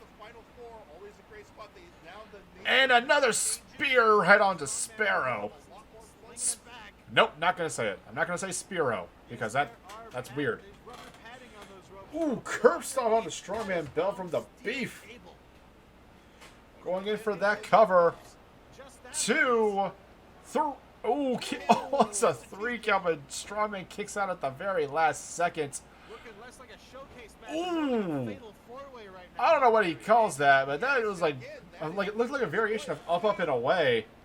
And that eliminates Sir McCheese. The Beef looking like that he was going in for round 2 on Sparrow. Strongman taking the Beef on the pain train. The 3 amigos, the Densha de Dolor.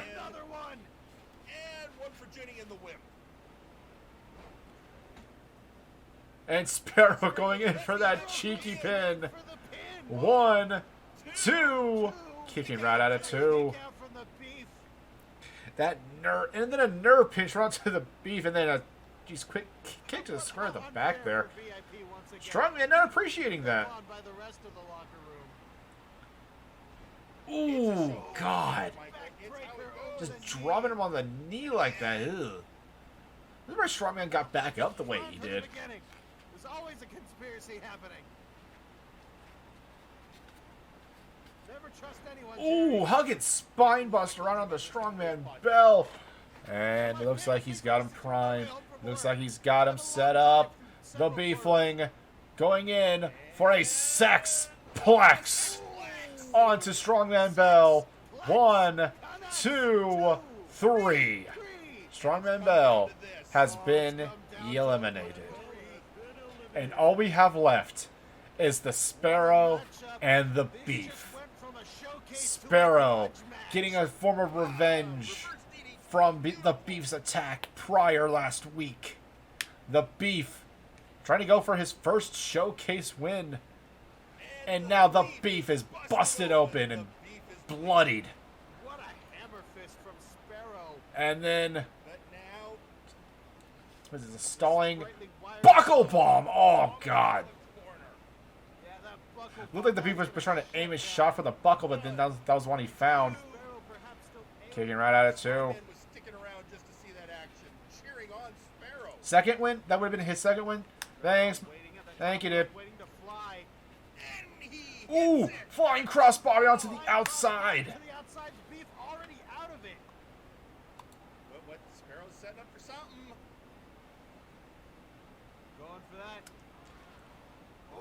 Right, that's your...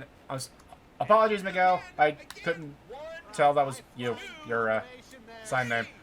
Oh, looks like Sparrow... Looks like Beef got kicked out at 2 once more. And now we're taking it back into the ring. Going in for that top rope. What's Sparrow going for? Ooh, trying to go for a freaking elbow strike, but Beef got tripped after he... Nice little arm drag, though. Shoulder throw to the center by the Beef. Beef having to gain control here, slow the match way down, and try to make it favor his power and size advantage. And that's exactly what he's doing. I mean, that's what you got to do against a flyer, a cruiser like Sparrow.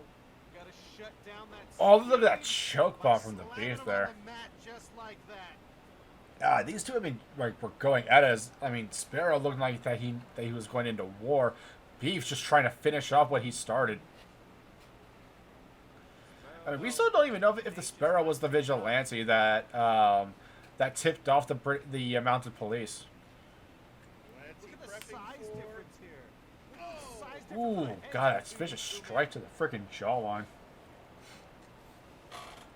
We'll tie him up into a figure four. Shades of the Nature Boy. Got him in a figure 4 right But the now. Bee fights out of it, literally. Yeah, but I think the damage might have been done. And looks like he's going in for a sexplex onto the Sparrow. Going in for that cover. 1, 2, 3. Ladies and gentlemen, your winner with a second showcase win, the Beef of VIP. What looks to be finishing off the job from his attack prior last week, telling their audience, F them kids. Yeah. So yeah, that's a whole lot of that's a whole can of worms right there. I'm not gonna lie to you guys, but yeah, ladies and gentlemen, congratulations to the Beefling on winning. And although I was pulling for Sparrow the entire time, that would have been a very just and righteous win. But unfortunately, the cards were not in his favor. But speaking about someone whose cards are becoming, whose momentum is shifting in a way, we go back into the ring with some words by Power Surge. You know what? I've had it. I have had it. And I'm not going to just sit here and ramble. I'm not just going to sit here and throw out stupid accusations. I'm just going to get to the point. Bart, listen to me. This isn't working. Do you hear me, Bart? You are not my dad. Trashman Jones wasn't my dad. I don't need a parental figure anymore. I don't need a mentor. I need to get out there and I need to prove myself as a wrestler. So, Bart, I want to match you and me. Just a chance to prove that I can stand on my own as my own man. I don't need you. I don't need somebody telling me what to do and how to act or any of that. So we're going to have a match. And I don't want any of this, I could never raise my hand to you. That is bullshit.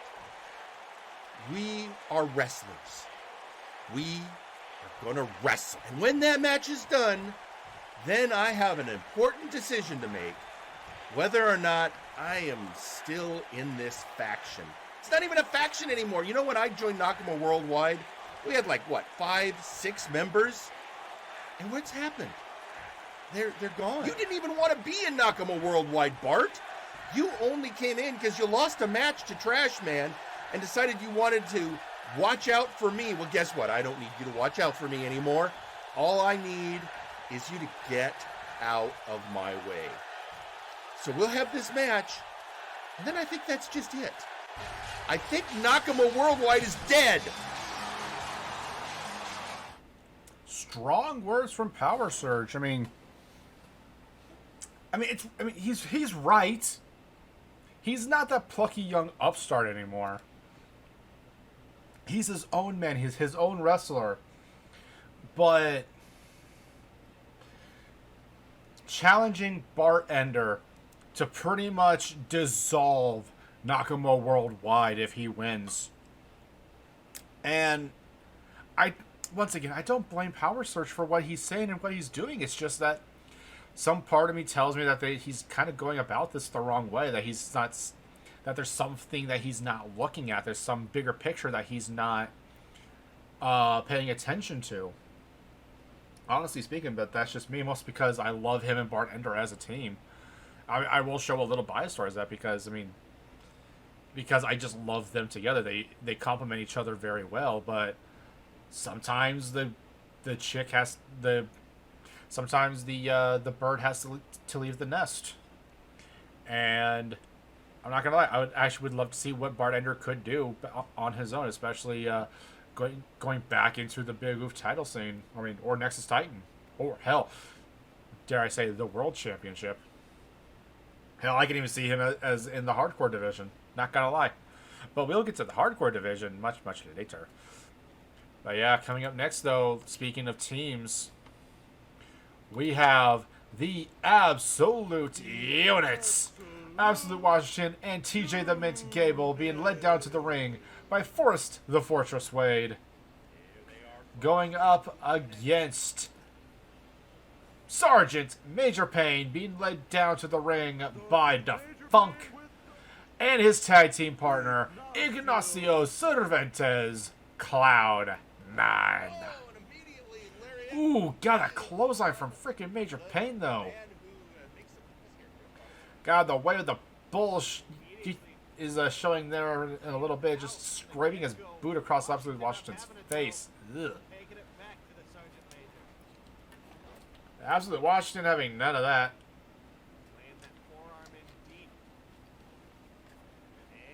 I swear, any combination of the frickin' Absolute Units is frickin' lethal. Like Absolute Washington and Forrest, TJ Forrest, TJ and Absolute Washington, TJ and frickin' Forrest as well. Like, I probably said that one twice, but I don't care. I mean, they're probably wanting to give TJ a bit of a recovery after his big match with Wilson like a couple weeks ago. Ugh, that was not fun. Also, it's tax season. Forrest is very, ooh god, nice little belly to belly there. But yeah, Forrest is very busy right now. And then here we have Major Payne tagging in the social outcast himself, Ignacio Cervantes. Ooh, God, just working on that arm. On a little bit of the camera clutcher. But TJ is not going to be made humble this day. And breaks right on out of it. Looks like he was trying to go into a tag to Absolute Washington, but Ignacio cuts him off at the pass and then just sends him into the corner. Speaking about just taking him out on a walk, we got TJ the Mint just taking out freaking Cervantes. Well, snap around and quick knee straight to the back of the freaking neck there. Tagging in Absolute Washington. Oh, looks like he's got his arm trapped. Escalera arm drag. Yeah, you don't really see that much. You don't really see a lot of freaking escaleras from the freaking luchadors here. I mean, the thing is because, like, they're more, like, they have other aspects to their game, actually, now that I'm thinking about it. Because, like, Strongman, he's more of the power. He gives more of the power. Flyboy is a high flyer, yeah, but he's, like, more high-flying strikes. DeLuna and Shere Khan, although I don't think I want to say Shere Khan's a luchador. That's... It turns into that debate of masked wrestler versus luchador. Anyway, ooh, god, that freaking elbow strike. And also, El Pollo is a more technical-based wrestler too, so I'm not gonna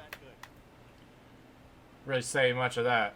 That's because like he's a fine competitor in his own right. Little shake, rattle, and a roll leg drop. Looks like he's setting up for something big there. Ooh, big spine buster. Spine meets pine. One. And kicking. And Ignacio breaks it up at one. And here we got, after our commercial break, we got Sergeant Major Payne going up against TJ the Mint. What, in like 1935? Whipping him into the corner. Although, I'm not going to lie, though. I think that Major Payne and Ignacio are working very well together. They seem to be at least somewhat synergized. Ooh! Tagging in Absolute Washington and eating the freaking boot. Ugh. That can't be good. Showing off for the crowd a little bit is Absolute Washington, but he is definitely trying to not lose any kind of momentum shift here. But Major Payne immediately counters out that into a fireman's carry. It looks like he's trying to set up for something. Yep, whips him back into the corner. Oh, shooting a shot. Calling a shot in a boot straight to the face of the freaking bottom buckle. And looks like he's setting up for a backpack stunner. The Blitzkrieg is applied. Looks like TJ the Man was distracting the refs just so Washington could get some time, and it looked like it paid off in the end. And we got Ignacio getting tagged in by Sergeant Major Payne. Oh, kicking the dirt straight onto Absolute Washington's hair. Man, I'm glad he runs his own hair care products so he can, you know, get all the shampoo he needs for free. Well, shampoo, conditioner, and gel. Because that has to be a literal gallon right there. Tagging in TJ the Mint.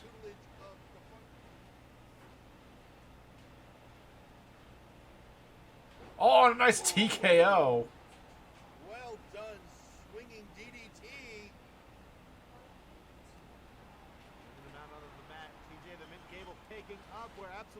And just working on the arm of Ignacio right there. Going in for that cover. 1, 2. Kicking right out of 2.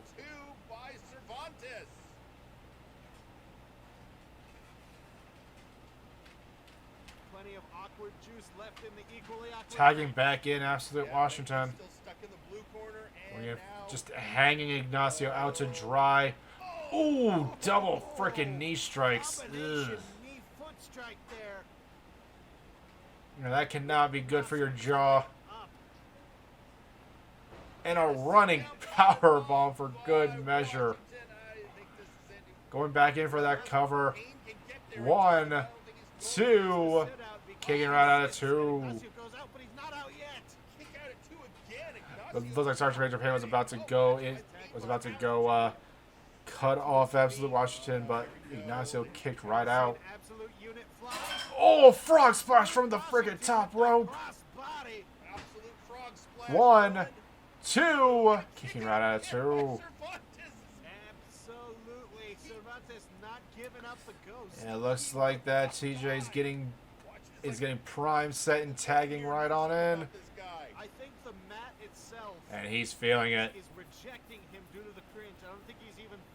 He's definitely feeling the freaking. He's feeling the crowd. He's feeling the freaking flow. Working back on that arm. Yeah, I never thought a boxer would actually try and work a limb outside of the head. Oh, God, a lariat. I figured he'd do that, honestly. Like, mostly head and body shots. Oh, roll up. Roll up. 1, 2. Oh, almost a 3 count. Almost a 3 count on that surprise roll up, ladies and gentlemen. I can't say he's the most awkward man because we have Cardi who's in action later in a hardcore match against our Little snapmare there, and just, oh, God, turning his heel on the freaking nose of TJ the Mint Gable. Ugh. Although, I will say, you're going to have to do a lot more than that to put down the Mint, because former boxer also went toe-to-toe with Dagger and came out clean on the other side. Yeah, this is a man that is not going to be easy to put down. Drop kick there from Ignacio. Yeah, he looks like he's getting a little tired. He's going to looks like he's tagging in Sergeant Major Payne. Major Payne coming right back on out. Bring the fresh man in now that he's softened the Mint up. And here we have Major Payne and TJ the Mint on the outside. Oh, God, and just TJ just repeatedly driving Major Payne's head into the boots of Ignacio. Repeatedly. Cervantes it again. He's going to take out Gable's legs. And it looks like they got tagged in. Looks like Ignacio got tagged in sometime in the middle there.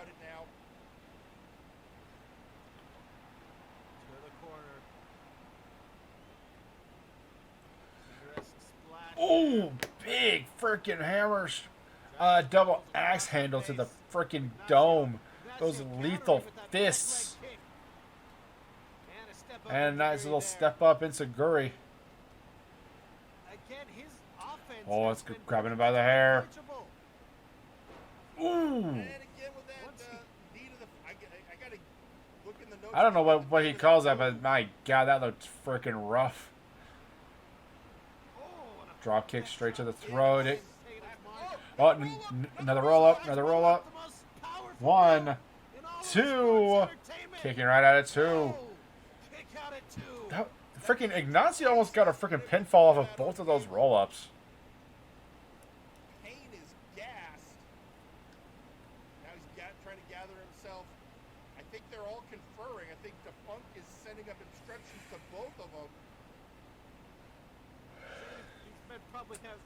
And it was like Ignacio just waiting for TJ the Mint to get up, but TJ, the freaking house of fire that he is, tagging in Absolute Washington.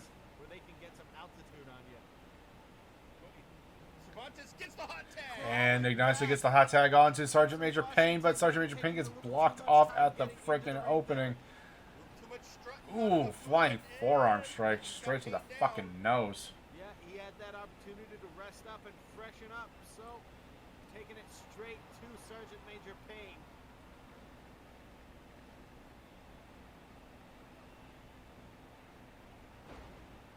And the sit-down power bomb.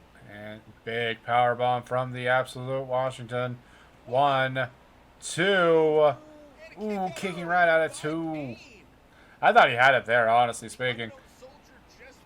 It's like that feeling. It's like a feeling, you know. It's like oh god, this is gonna be a 3. This is gonna be a 3. It's a 2 count. What the hell? Ooh, frog splash. Shoulder checks, targeting right back in TJ the Mint.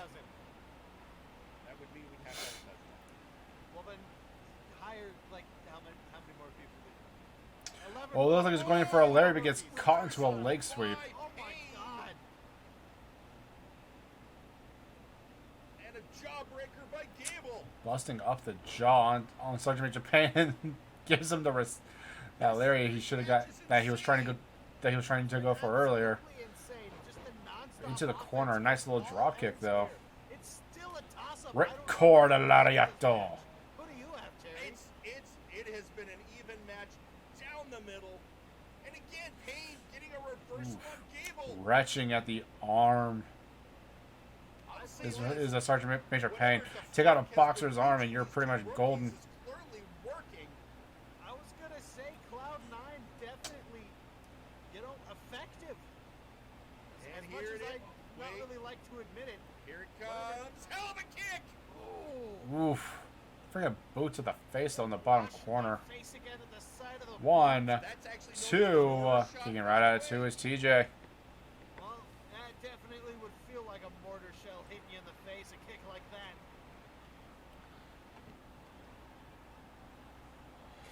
Oh, choke. Looks like he was trying to go for a choke, but goes in that freaking back slam. Kicks right out of 2. My god.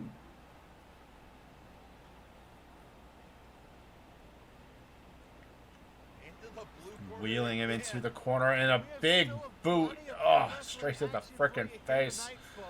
Going for that cover. This could be it, ladies and gentlemen. 2, 3.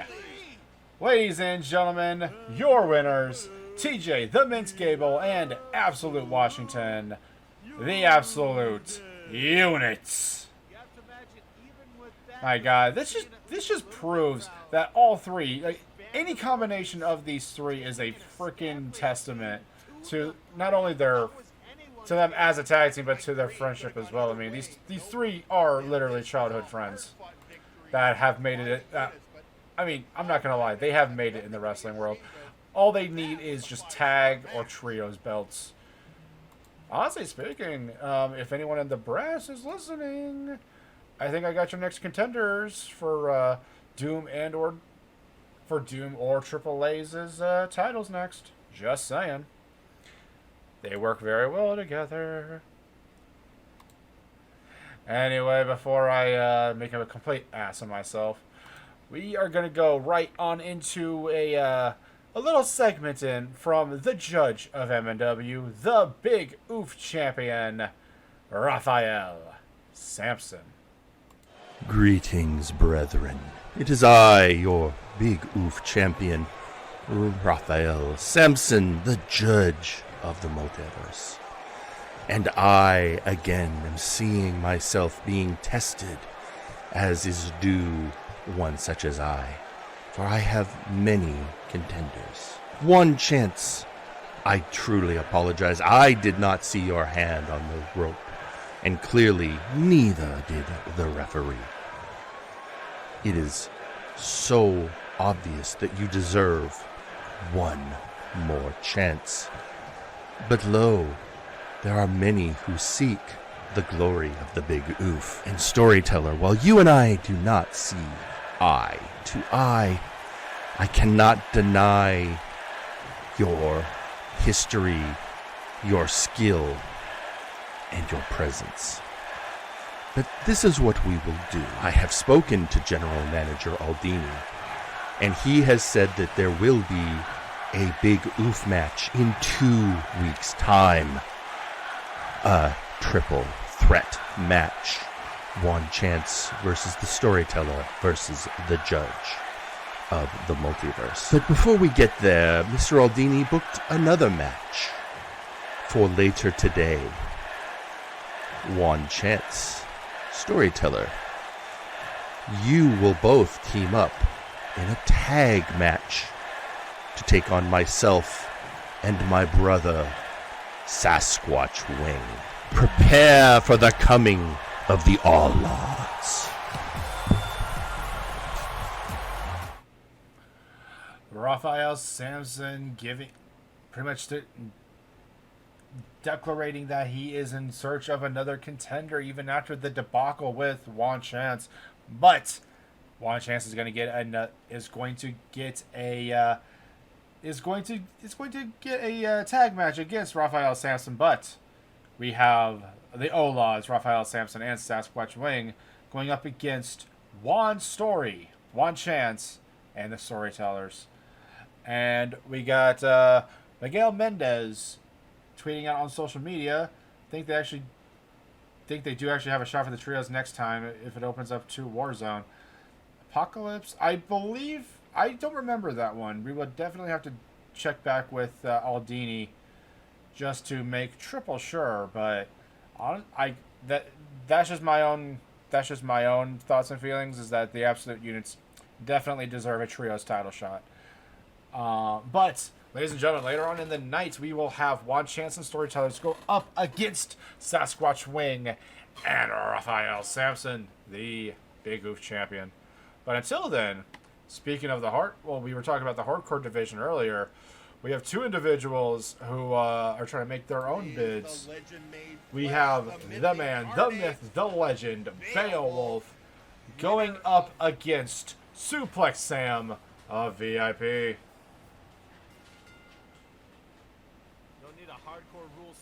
To get violent and right off the bat. And here we have pretty much two of the hardest hitting guys that we actually have on Warzone. Beowulf, I mean, do I need to say more when it comes to him? And Suplex Sam, the master of the suplex. He can suplex you from here, there, anywhere.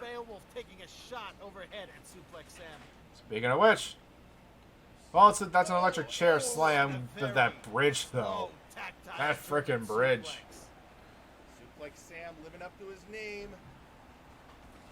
You may notice Beowulf taller than Suplex Sam, though with his fighting style, that will actually give Suplex Sam swift kick to the back of Beowulf, though. Both of these individuals are we're making a big statement to try and go for Daggerick's hardcore title, where you will be hearing from Daggerick later on in the night about who his next contender is going to be.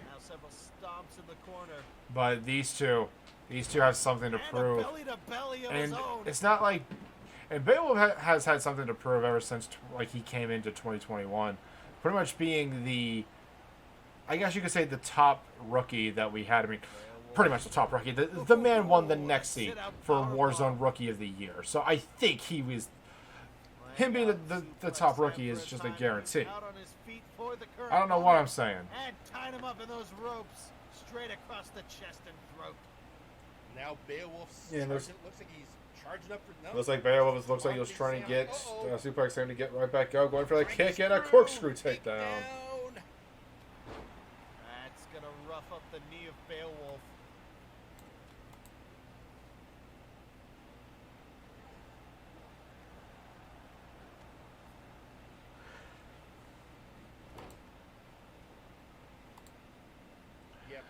Yeah, looks like Beowulf's going. Not Beowulf. Suplex Sam's going in. Oh, nice suplex there from Suplex Sam. Working out. Taking an elbow to a face. Ooh, you're a Nagi though from Beowulf. Side slam of his own.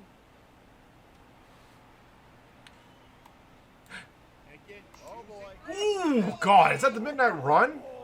The Deathstroke hit. Deathstroke, that's what it's called. 2, kicking right out of 2.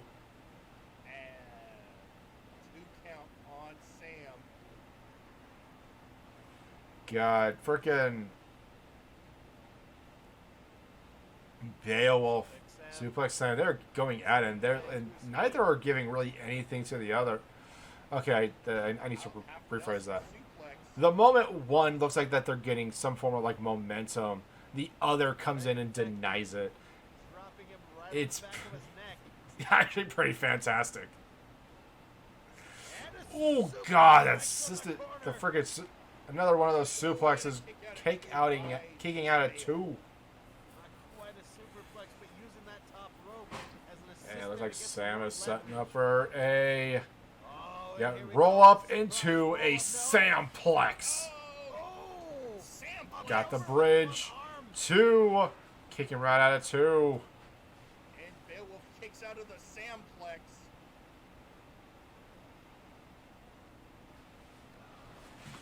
Big clothesline, and then another. Oh, that was just a punch in the face. Leg lariat though.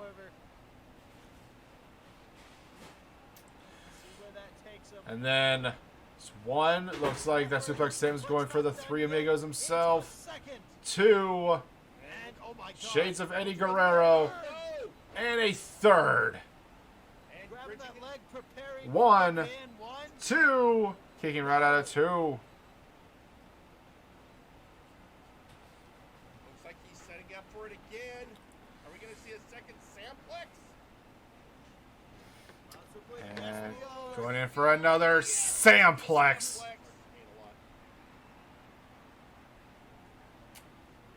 But Sam is continuing And it that looks like offensive. going in for another 3 Amigos. Again. Here comes that trio of suplexes. And that got him hooked, got the bridge. Count of 2, kicking right out of 2. Sam can't believe it. Knows that he needs to impress daggering And apparently we got a message from social media from Rico Rose. in 2 weeks. Apparently he works at a community center. That's nice. Oh God, 3rd Samplex. 1, 2, 3. That's a Bosco 3 if I've ever seen one. I'm not gonna lie. Samplex. Sam is Jesus Christ. He's getting a workout. That Today is heavy. That should have been a 3 count right there. And there's a snapmare. That rhymed. Folks.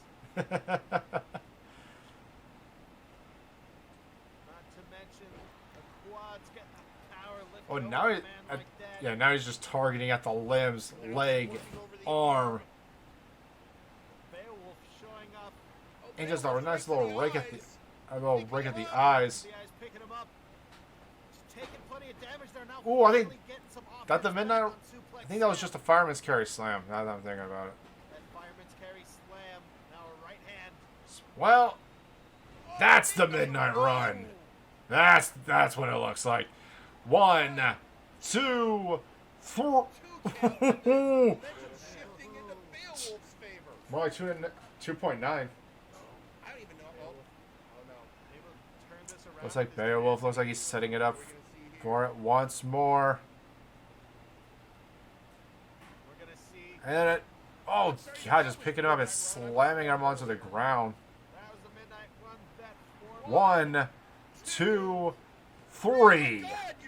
Ladies and gentlemen, your winner, Beowulf.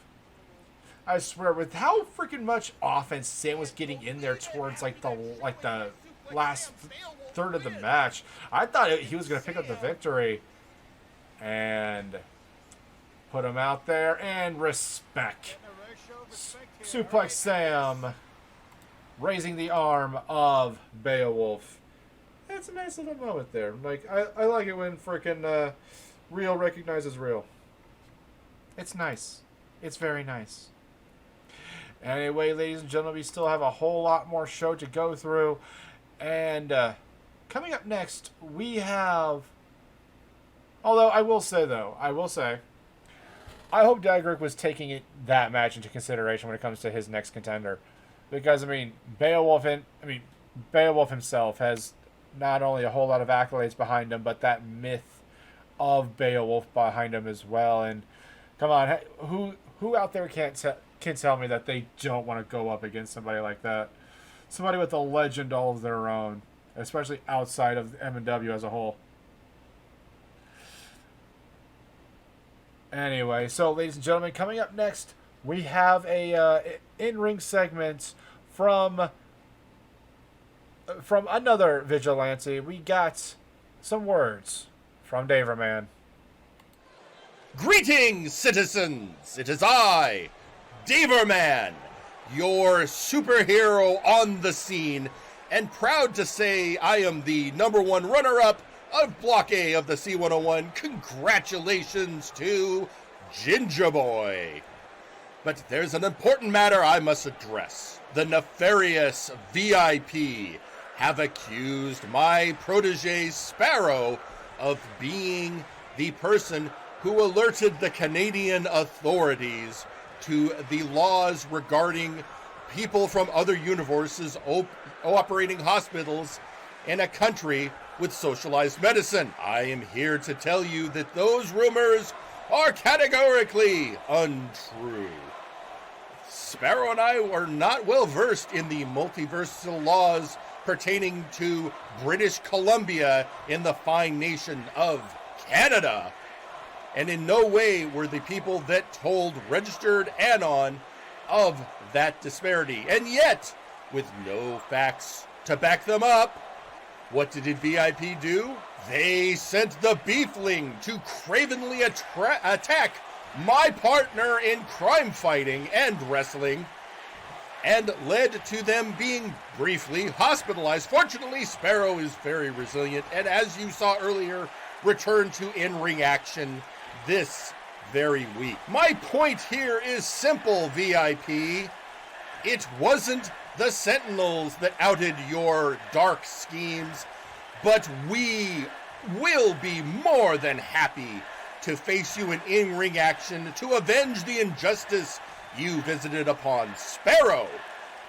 So VIP, consider this a formal call-out. We will see you in the ring, where the action belongs. Daverman calling out VIP, pretty much stating that he and Sparrow, the Sentinels, have no affiliation with the Canadian Mounted Police, nor knew of any of their laws. Also, I will correct myself. Apparently, they're not vigilantes. They are sanctioned superheroes. That is good to know. Good job, guys. Anyway, so calling out VIP, and with how Wilson's been, and with how, let's just say, perturbed Ossier's been as of late as well, I like the Sentinels' odds. I really do. I just don't know what VIP is going to be, like, who they're going to bring, because they got freaking monsters and powerhouses on their side. I mean, let's start with Wilson real quick. He's been on a freaking violence tear, especially, like, giving off a more Suzuki aura than anything. Ossier, the technical mastermind that he is, and mastermind behind VIP. Oh, God. We got Suplex Sam, who we just saw earlier. The Beefling, who we just saw earlier as well. And, oh, my God. But he can... The damage that guy can dish out. And, of course, their trump card. You got the Doctor of Albenomics. And that's another technical mastermind that's just kind of waiting in the wings. I don't like it. So Sentinels, I hope you bring your A game. And I am pulling for you, personally, because that is a whole bunch of nope in a 10-pound bag. But yeah, coming up next, ladies and gentlemen, though, we got another match. We heard from Mega Blitz last week that he was not going to be affiliated with Omega Club anymore. He is striking out on his own. And here we have a match of his next opponent. Because enough of that shit, here's Gorm. This is an interesting first opponent to go for. But going in for a leg lariat out the gate. In this form, Mega often likes to be called Rider X. So yeah, Rider X is going after the Goliath Gorm. That draws on the power of the Nexus itself to empower him. Is this something we want Jiff to look into? It has actually been cleared already. APS looked back in the day. It is fully cleared that I'm not gonna lie though, a lot of people just saw Gorm come out and immediately thought, ah, crap, Mega's dead, or sorry, Rider X is dead.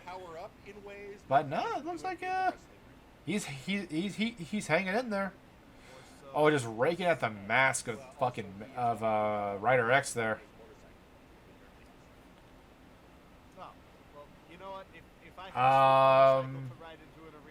Shinobi, I don't remember. If they have, I apologize. I just do not know that if they've ever had a match. My brain wants to say no, but then again, before Aldini took over, we did have a lot of faction warfare, so that could have been. They may have had something back in the day. I don't know. It looks like Red Arc is going in for a super kick, but gets caught into a bulldog. Gorm was originally a member. What? Gorm tagged with Raphael Sampson and Sasquatch Wing. I swear, Mega Blitz and Mega Blitz or Rider X, whichever one you want to call it, is showing he's proving a lot of his words here today with this match, and what an opponent to go after. What an opponent to show the world, hey, I am ready to be out on my own than Gorm. This man is a freaking monster and a half. And Rider X standing tall. And channeling the power of the multiverse, but Gorm is... Again, I can't stress enough how much of a fucking behemoth this man is. Anyone who could break the freaking ring with Notorious CAT, is no one that you need to mess with. More of a lariat? Looked like it was going to be a DDT. He's dropping the forearm across the chest. And it's sending Gorm straight onto the outside. I'm not gonna lie to you, though, Rider X. You are going to you're gonna want to get him back in the ring as soon as you can. You don't want to be on the outside with Gorm. Good deal. There you go.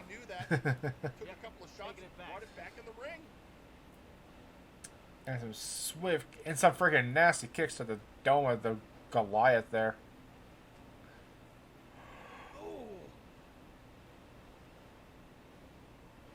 Again with that chop. Oh, well done. Yeah, nice little reverse DDT though. Going in for that cover. One. Kicking out at one. If I remember correctly, Gorm's tag team partner Carnival also has a match later on in the night after this one, actually. You know what? It's hard keeping track of all the universes, folks. I'm sorry. Yes, it is ready. Thank you, Phyllis.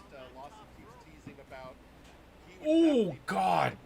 The back elbow. The freaking elbow strike that he just did, adding all of his weight into the freaking falling aspect of it. Gorm has got, 2 feet on this guy? Gorm's 7 foot, and Rider X is 5 something?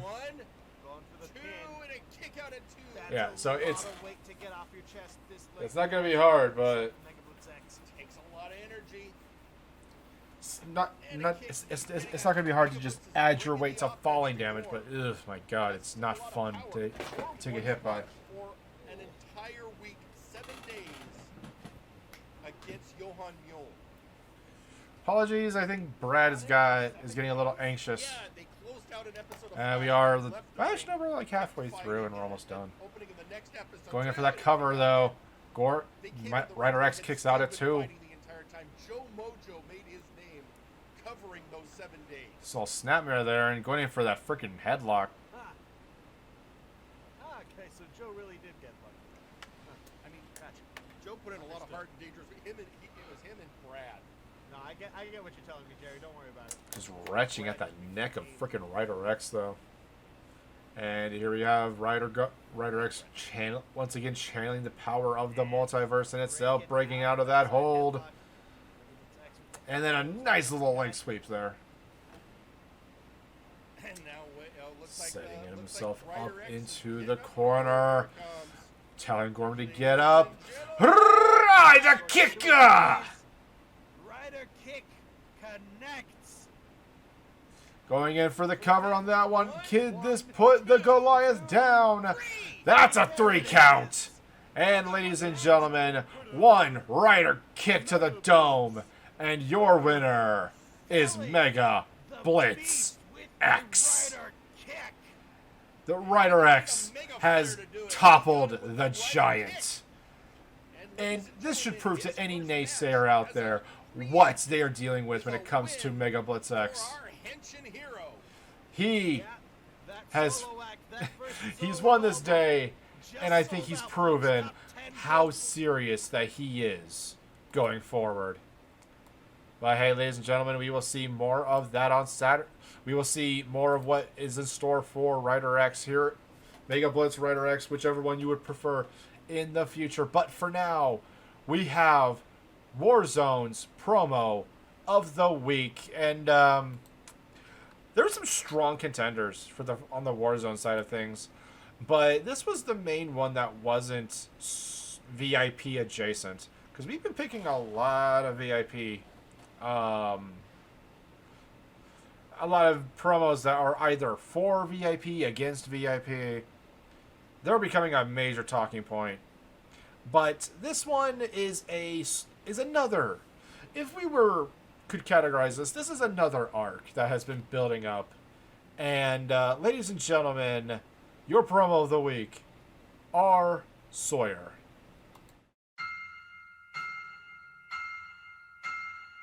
Before me, I see a miserable, misshapen pile of something that tries to pass as a man. Before me, I see destruction, carnage, bloodshed, and chaos. And I'm reveling in it.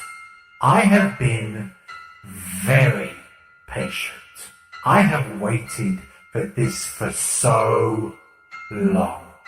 With my destructive capabilities on full display, I will reduce Carnival to nothing but a footnote in my history. And afterwards, well, Operation Romulus is already proceeding from my dealings with Anon. But for tonight, I must warn everyone, foe or friend, do not get in my way. And there you have it, ladies and gentlemen. The Robro, R. Sawyer, goes up against Carnival, the Muppet Man of the Conquest Bloodline. No holds barred, and I think falls count anywhere. So, ladies and gentlemen, this has been building up for months, ever since, God, how did this start, now that I'm thinking about it? R. Sawyer has been wanting some, I think wanted some information from Carnival, especially during the, since Carnival works for the Clown Sex Hotline, or the Clown Hotline. Other one! It still unsettles me greatly. Anyway, but still, But yeah, Sawyer's been wanting this match for the longest of times, even jumping Carney in the back. Who do you have? Sorry, not on the back, in the back, but I mean on his back too. Usually when it comes down to the wire like this, So yeah, this is what Sawyer's been wanting for the longest time, and he's finally got a chance to show it up, to show himself off here. Champion, former trios champion, That's former camel tag team. clutch. This man's been around for a Sawyer's while. not going to be made humble this day. Status of the janitor and ex-Arcoon. Guess who else is in that club? R. Sawyer. Yep. A little headlock there. Carnival, not a personality, a competitor that really anyone has fully figured out yet. Carnival remains. So yeah, ladies and gentlemen, apologies if you guys hear any dead air or pausing. It's I double checked the length of this freaking match, and yeah, I'm gonna be pausing mostly so I don't. This is a hardcore match. Oh God, sledgehammer! Everything's legal. Oh, right in the knee. Oh God, raining down the head of that sledgehammer onto the knee of Carnival. Ugh. Was required. Anyway, back in the match. Trap in the arm and a God elbow strike. A sledgehammer and those two.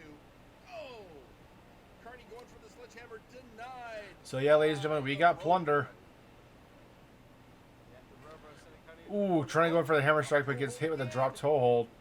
The second most devastating move in all of professional wrestling. Robot's greatest, mech's greatest. He's more of a Terminator from what I understand. Oh, just working on that knee again.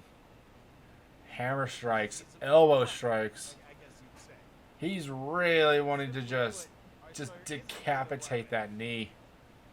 I don't think he would deny that fact, to be honest. And he's going back. Speaking of weapons, he has a penchant for them. He's looking for more toys. Going back into the ring and then pulls out the equalizer, the clown killer itself, the steel chair, but Carnival immediately disarms our Sawyer. He gets dumped onto the chair. He And a brought into the freaking ring. scoop slam onto the chair. Carnival. Yeah, scoop slam. I think it was like a power slam. Now what's Carney Waiting for doing? the right opportunity. What has he got? Oh, it's baseball. Oh, bat. Carney's got a Baseball bat. Oh no. Ooh, God, just shoving it into Carnival's face. Carnival's face is busted open. Grabbing that clown killer once more. Again. Making a few practice swings, Trying to work on those legs with the freaking weapon. Oh, God, no. No, no, no, no, no, no, no. No, no. Sawyer, no. swing with Carnival. Sawyer. Brought out by our Sawyer. Now there's two Okay. wrestling over it. Looks like Carnival got out of being Pillmanized. Woof. That would have been bad. Back up. And then here we see Carney with the table. Family brings him back into. Oh. Bit of a taste. Rico Rose posts on social media that funny thing, Carnival loves pain even if after a mad social media postings. What? And that bat. Oh God, I don't want to know that. I'm creeped out by this man enough as is. Oh God, that chair strike to the back of the freaking robot. Ugh. God.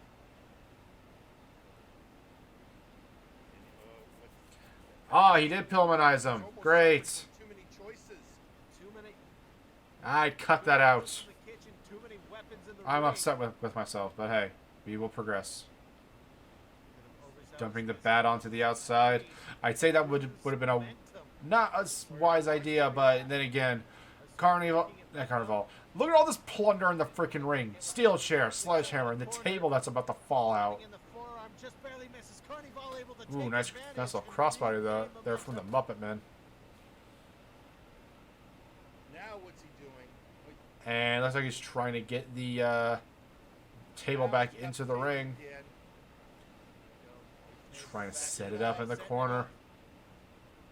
Time for a bit of a picnic, probably. Sawyer's like, no, my table. Said no. Ooh, clothesline. Apparently, the Conquest Bloodline's lawyer was present for Carnival's training, and by training he means self-chair shots to the back. Wailing on each other. I'm sorry, what? And then just Self-chair immediately shots? each other. I hate that. I think that Speaking of things I hate, setting up Sawyer onto the top of the rope. He's got the kendo stick. Oh!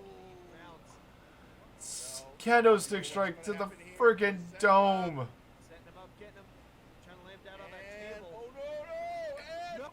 Oh, power slam. Oh, God. They only busted the freaking leg of that table. 2. Oh, my God. Kicking right out of 2. They didn't even break the freaking table. They only got the leg. Ugh. No one said that to Botchamania.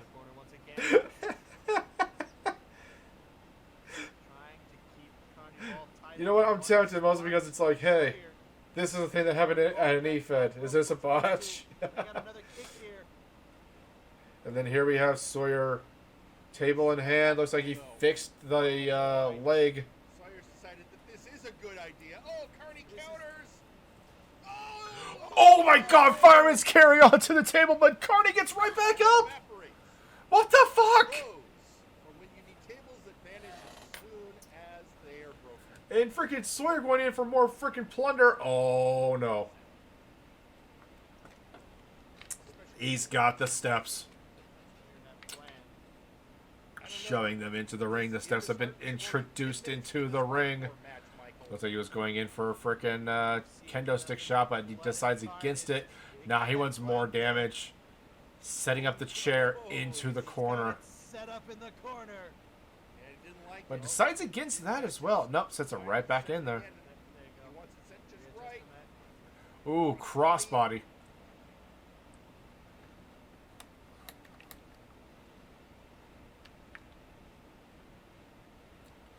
Just ditching the kendo stick right outside the ring there. And a neck breaker. Shades of 8 and 0, who we'll see in our main event. He's got the stairs, ladies and gentlemen. Oh, and just dropping the 10,000 pounds of steel onto the gut and freaking back of Carnival as it just gets yeeted out of the ring.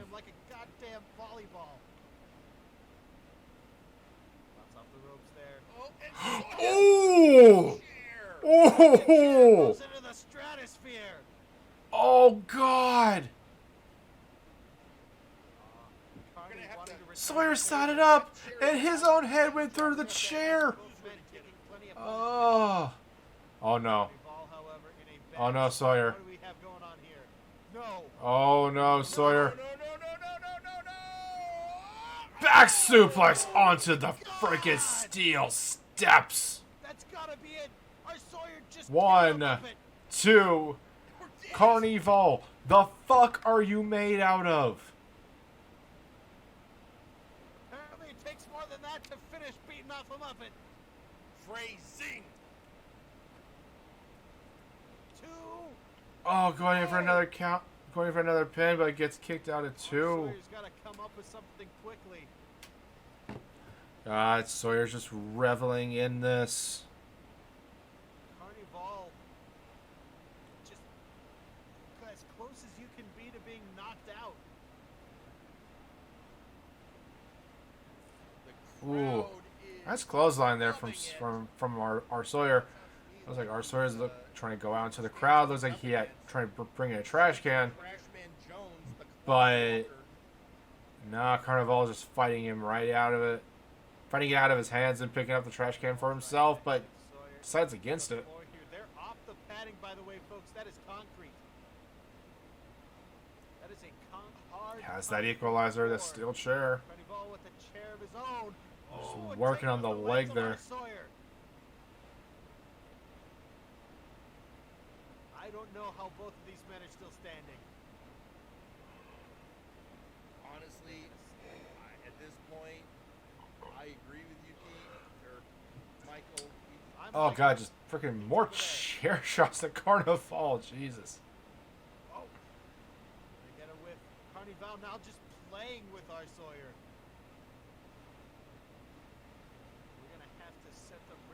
After this match. Oh, well, that was always. Apologies, ladies and gentlemen. I'm just trying to find words to say about this freaking like this overuse of violence here. Not quite getting all of it. Oh, but still, Bailey, at least we're getting back towards the ring. This is a hardcore match, not falls count anywhere. Looks like Carney's looking for plunder this time. The ring, even if you have to bring What is he going to find? Another kendo stick.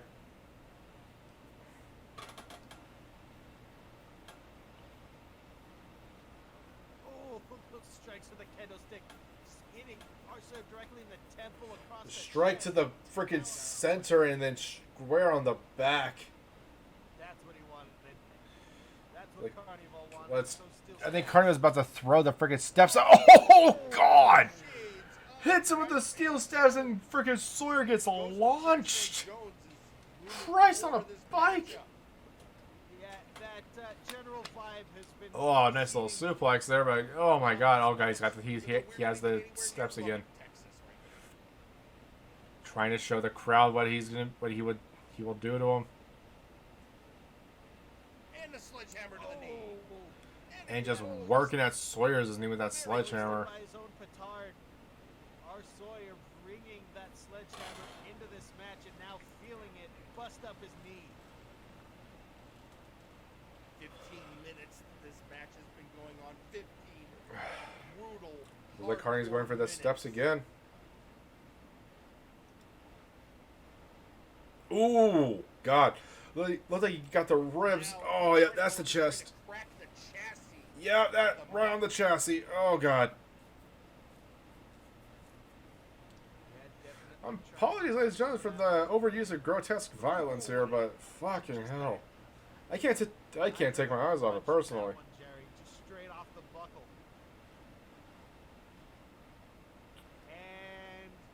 And In a DDT. how much does Sawyer Although, have left? I will ask this question. What Either of these competitors is hit. Project Operation Romulus? Because I thought that Sawyer was trying to find clowns, and he's not. And this isn't him finding. And Finally facing each other. I don't know what a Romulus is. Ooh, Take that cyber stunner and raise I don't know what it is because I am simple man. suplex. Stomp to the Ah. head, trying to According to Google, a Romulus is a former king of Rome. Sawyer needs to have, What does that have to do with any of this? I say that Well, looks like Carney's getting set up, and then Sawyer denies it. Setting up for something denied by Sawyer. Oh, but Ever the strategist, he saw that coming. taking the mech down. We got some speculation from one of the records keepers, Miguel Mendez, about maybe starting an empire or just doing something with Star Trek. precise. You know, with the legacy that the main event mechs have built up, I'm surprised that they have it. What should be I wouldn't be surprised if they tried to start an empire together. With the competitors we have, we will Oh, never God, have a launched regular Carnival episode of throat Warzone first where into we the have middle rope. carnage and Ugh. violence for you, folks. That's what you like. Planting him once again with the DDT. Oh, God, look at freaking Carney's face. I can't tell if it's Roll at this point. I can't tell if it's the exact same way that he looked when he came in. The crimson mask of Carnival staring into our Ooh, cameras snapmare. is a sight to behold.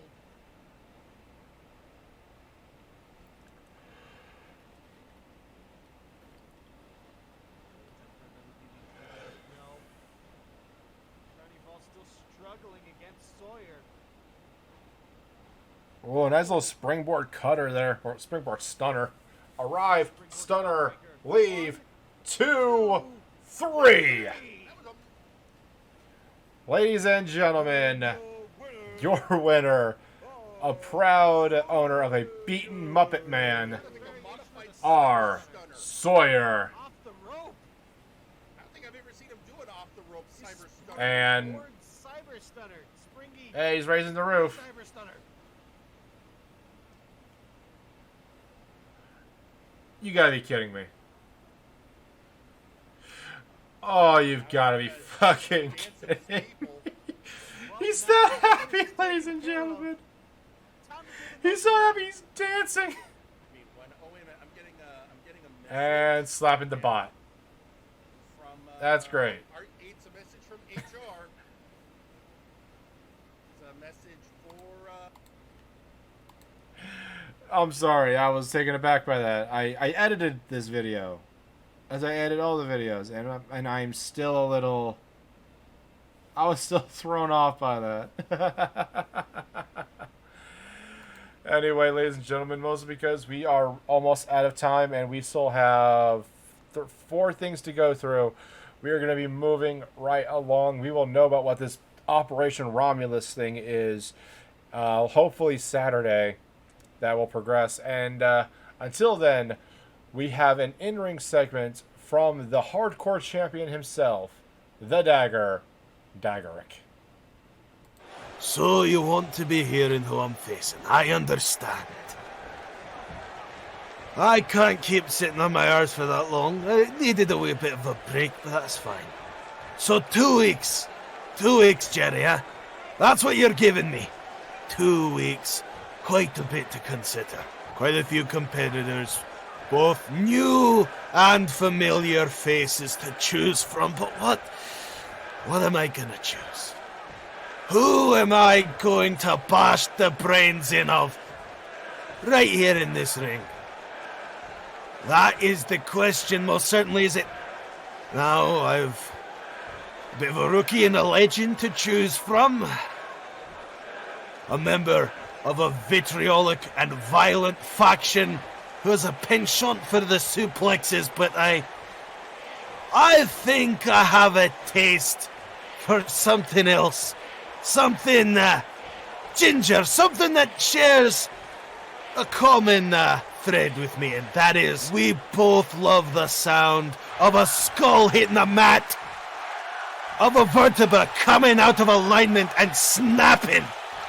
I think you know who I'm speaking of. You want me to choose someone to face in 2 weeks?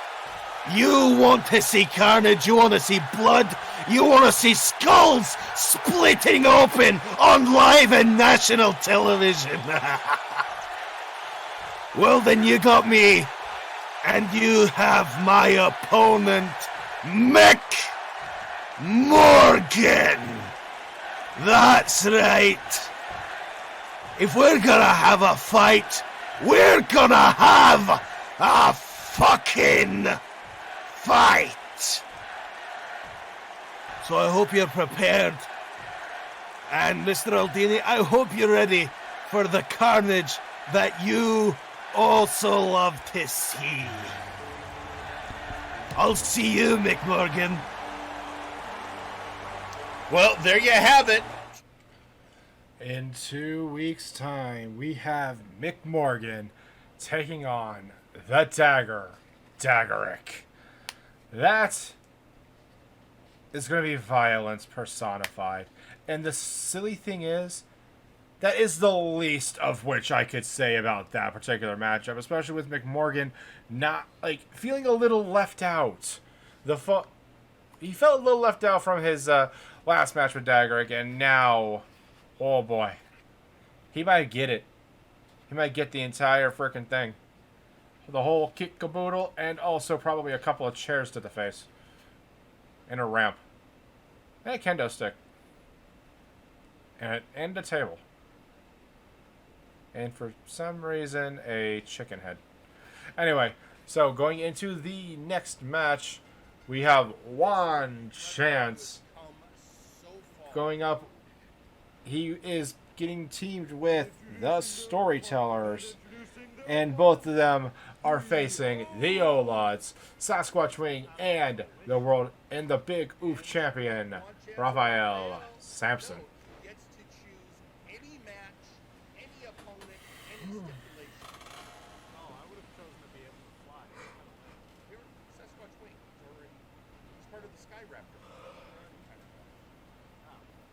Apologies, ladies and gentlemen. I'm starting to feel my freaking morning hit me all at once. Ugh. Yeah, let's see. Yeah, it looked like there was a tweet from the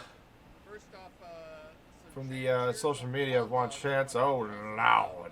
Tweet really quickly going out by the friend of the All Odds. Bumble. Let's go, Raphael. Let's go, Sasquatch Wing. I'm And here comes the telling me that storyteller. I'm not sure. Like, I'm actually not sure what's going to be going on with the freaking Big Oof title match, with the Big Oof title, because we have One Chance who technically should not have lost that match. Like, he should have, like, that should have been another, like, the ref should have saw his hand on the rope and continued the match, but it is what it is. We got what we got, and Raphael is talking about another contender for his title. Might I add, Storyteller is a large man. And look at him. But not to say anything against Sasquatch Wing here, because the power of the freaking Sasquatch Star Raptor. Apologies, but freaking Brett's kicking shit off at the desk now. You're a fucking wolf person, not a cat. Asshole. Right here. That's good stuff, especially when you get the lactic treat. I prefer cold brew a little bit. He's the runt of his tribe? That's what he says, yep. My best friend is a dickhead. And he's a wolf, not a cat. He's knocking shit off the fucking desk. I get that he wants to go on a walk and whatnot, but come on, dude. There's better ways to tell me. Like, I don't know, poke me on the shoulder or something like that. It's not that fucking hard. Anyway, back into the match. Looks like Sasquatch is on the second rope, on Brett's rope. And just sitting there, cheating to assert dominance. Oh, it looks like he's trying to go in for a dive, like for a splash, but Storyteller nimbly gets out of the way. How does a man in sandals move that freaking fast? I'm surprised it's not like, you know, it's not flip-flopping around on his feet like that. And then here we have One Chance getting tagged in.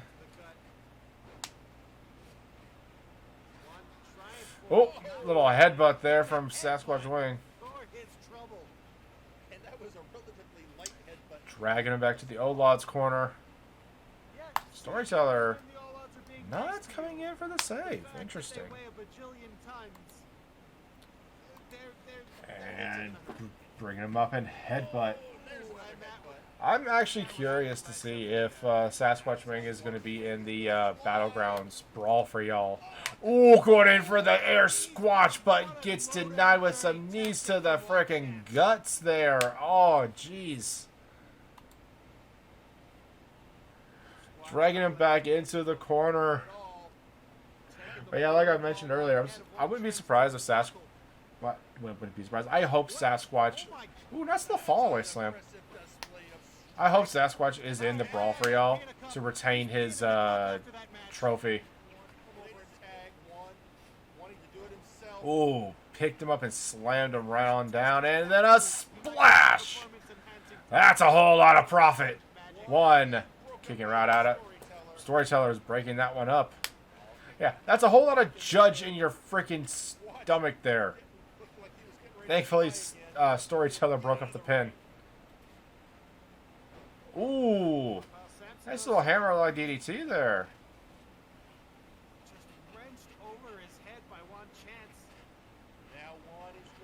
Dragging Raphael to his corner, going for that cover. Kicking right at it, too.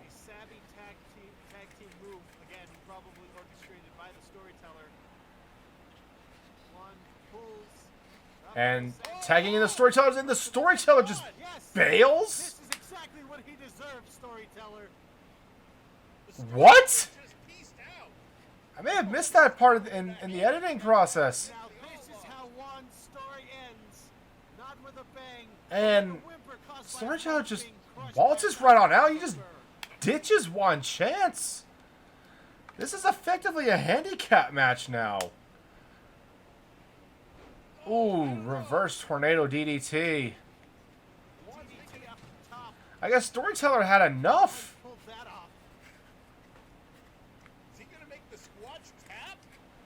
And, God, if he would have made Sasquatch tap after all of that, I would have been very impressed. And I've been impressed with One Chance for, like, a long time now. Oh, tagging in the Big Oof champion. All by himself. And again, what he deserves. Ooh, neckbreaker power bomb combo. And looks like Raphael is primed. He's set. Cast in the name of God. Yeet, not guilty.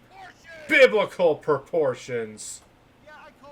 Going in for that cover. 1, 2, 3. And ladies and gentlemen, the winners of this match.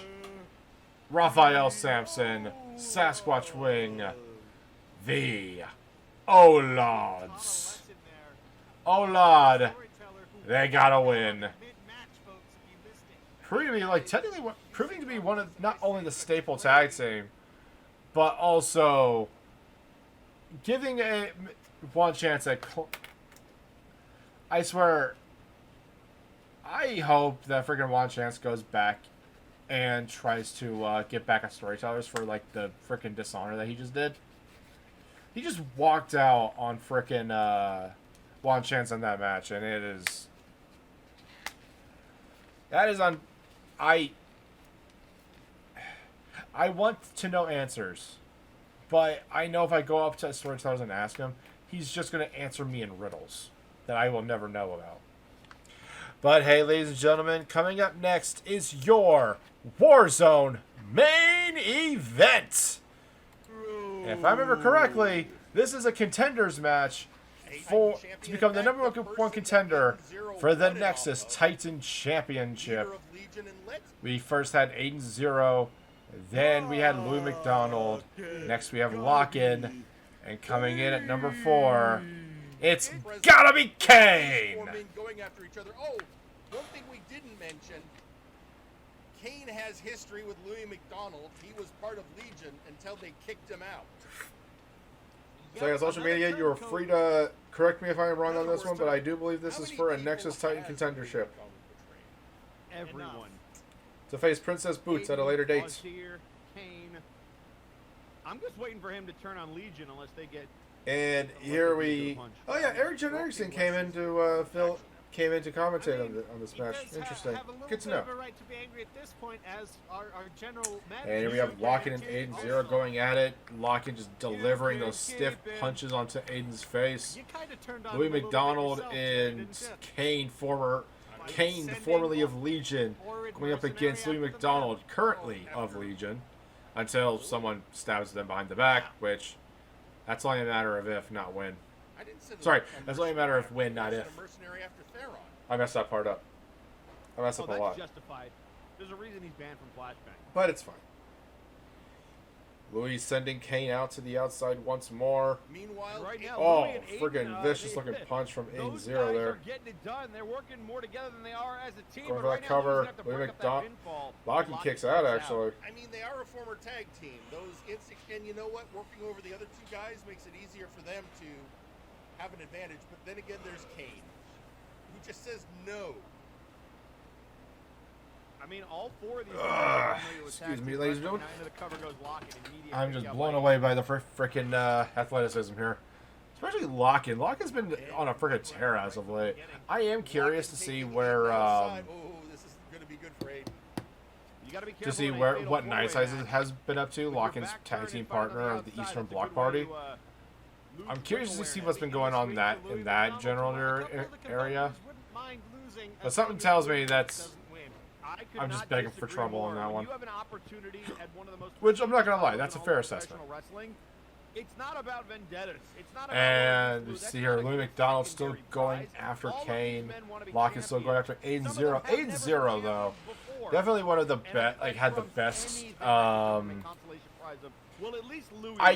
would say that he would have the best.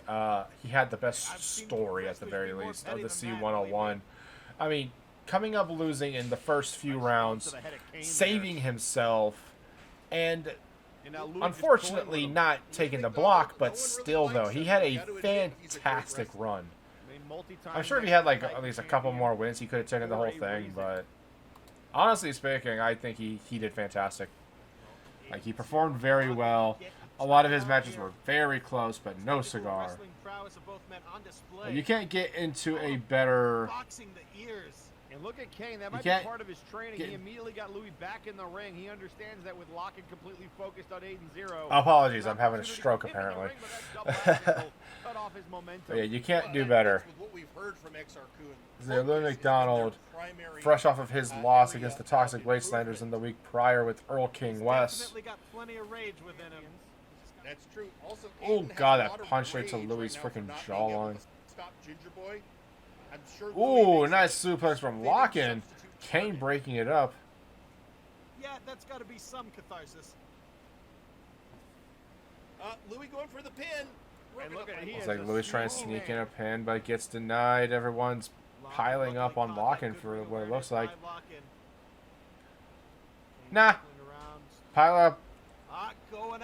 Nah, Kane wants Louis. Kane's still not done with that. And Kane has been all over Louis, and now look at this. That's, ooh, nice little like surfboard stretch into like some sort of like leg DDT. Oh, and a good dodge by Kane and a striking combination. Ooh, god, that toss from freaking Locken though. But again, we've got that situation. 2 men in, 2 men out. Louis now. I think Louis realizes that he does not want Aiden to be in there alone with Locken. And good, better move there. You know where all of your opponents are. Oh, picking up Louis McDonald, just slamming him on his knee like that. Knee of Kane. Oh god, clothesline from frickin'. Actually, I think that was a lariat. Lariat from Locken. The Locken lariat. Oh, German suplex. Rip cord. Another lariat. Going for that cover. 1, 2. Kick out at 2. Kicking right out at 2. And here we have the dance partners changing up just a little bit more. Aiden and Louis McDonald, a tale as old as MNW in itself.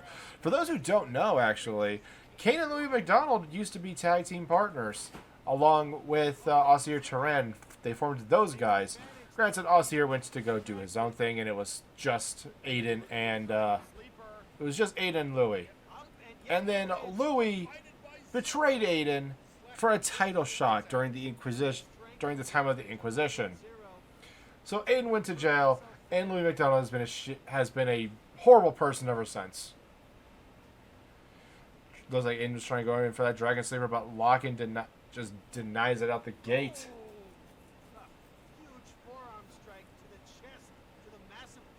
Here Kane just squirming right out from under 8-0, and a curb stomp onto Locken.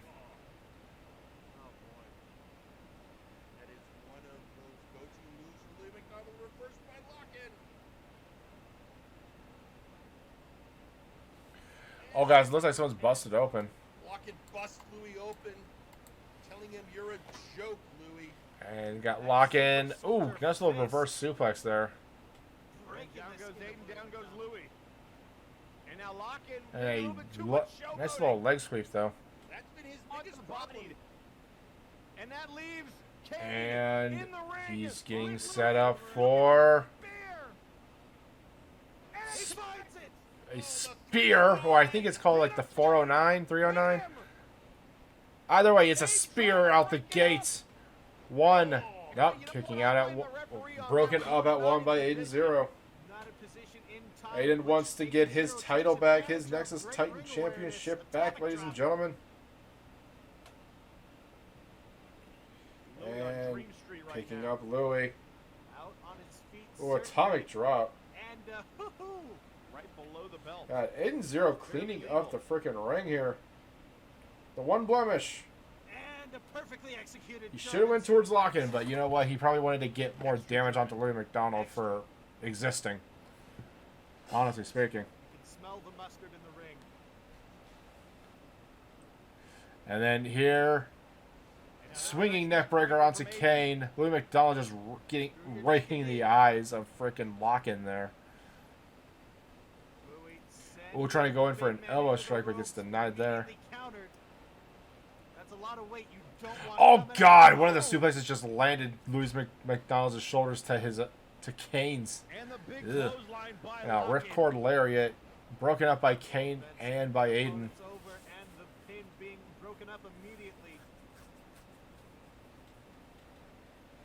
Setting Lock-In onto the outside. Louis McDonald now getting his hand crunched upon by the boot of Aiden Zero. Oh, and a big Oh lariat god, just from clubbing Kane to blows onto Lock-In. Louis McDonald there, and then just whatever the hell Kane and Lock-In are doing right now. Especially if right here in this shot, Lock-In and Louis McDonald having a bit of a moment. Kane could take it. Everyone else is Both heavily exhausted. Kane, Aiden Zero trying to take over, trying to take advantage of the situation. Superplex from the outside onto, with the assist of the ropes. but Lock-In back in the ring. Ooh, brain chop straight to Aiden's dome. Lock-In, big strike there, sending Kane to the corner. Here comes Louis. All four competitors back in. Lock-In wanting a piece of somebody. Yeah, looks like Lock-In and Louis McDonald are trying to go for each other. Lock-In wins, trying to go in for a German, but Louis breaks right out of it. Back elbow. It's like we are back onto it. Aiden going up against Kane and Louis going up against Lock-In. Who is it going to be, ladies and gentlemen? Who do you have on this match? Louis trying to take advantage with a Oh, curb stomp onto Lock-In. Lock-In's busted open. Aiden is all over it. Aiden knows Louis better than anybody. Multiple competitors bleeding this point. Lock-In, are you ready for a evolution? I almost said revolution. That would have been wrong. But Kane breaks it up at 1. Ring awareness, that immediately breaking of the pin by Kane. And now it's Kane and Louis. This could be Kane's opportunity. Kane just raining down those blows. Body blow, just attacking the cardio directly of Louis. Because he's unsure about something, but Sking's setting up and primed. But Lock-In attacks Louis. Aiden attacks. Ooh, God, that TKO onto Aiden Zero. Damn. 1, 2, 3. Ladies and gentlemen, the new #1 contender for the Nexus Titan Championship, showing off the fruits of his training. It's gotta be Kane. Disciplined by Kane. He wanted to do it to Louis, but when Lock-In Oh God, this immediately turned his attention to Aiden. this only proves that freaking Exar-kun was right. Kane has been improving. He has been mastering his craft. And this is, again, only proof of it. And ladies and gentlemen, I cannot wait to see that match take place. Lady Boots against Kane, give directly into my veins. But we have one more thing that we need to do, ladies and gentlemen, and that is the patented Warzone moment of the week. Kane throwing Aiden outside the ring, following him. Yeah, but he doesn't see Louis trying to take advantage with a curb stomp in the ring. But look at Aiden. Aiden is all over it. Aiden knows Louis better than anybody. Well, multiple competitors bleeding this point. And here comes Evolution to Lock-In, but with the other two still in the ring, Kane gets rid of Aiden. Yep, there's that immediate ring awareness, that immediately breaking of the pin by Kane. And now it's Kane and Louis. This could be Kane's opportunity. Oh, there's the body blows. Yeah, body blow, just attacking the cardio directly of Louis. Now what's he setting up for? Well, Lock-In interrupted it. Probably setting up for the Kano, but yeah. And he's gonna hit Aiden with it. Oh, and again, he got the Kano, and Lock-In is focused on Louis. He's gonna do it. Lock-In didn't see. Lock-In wants the finishing maneuver. Finishing maneuver. Kane. And your winner, Kane. It's gotta be, and it was. And I'll your tell you winner. what, great discipline by Kane. He wanted to do it to Louis, But when Lockett took him to the outside, he immediately turned his attention. Ladies and gentlemen, your moment of the week this week for MNW Warzone is Kane showing off the fruits of his labor and just crushing this contendership match. So that is Warzone wrapped up nice and neat. If you would like to catch it live in person, please tune in to twitch.tv/Dr_Caliban Saturdays at 4 o'clock Eastern Standard Time. But until then, for the rest of the Firing Line staff, my name is Joe Mojo, and I am signing out. Hello, Multiverse! This is the one-man bar fight, Burnout Vaughn, and I'm here to tell you to like, share, comment, subscribe, hit that bell, because we want you here on the MNW YouTube channel. Okay, is that good? Did I get a take? Do I get paid now?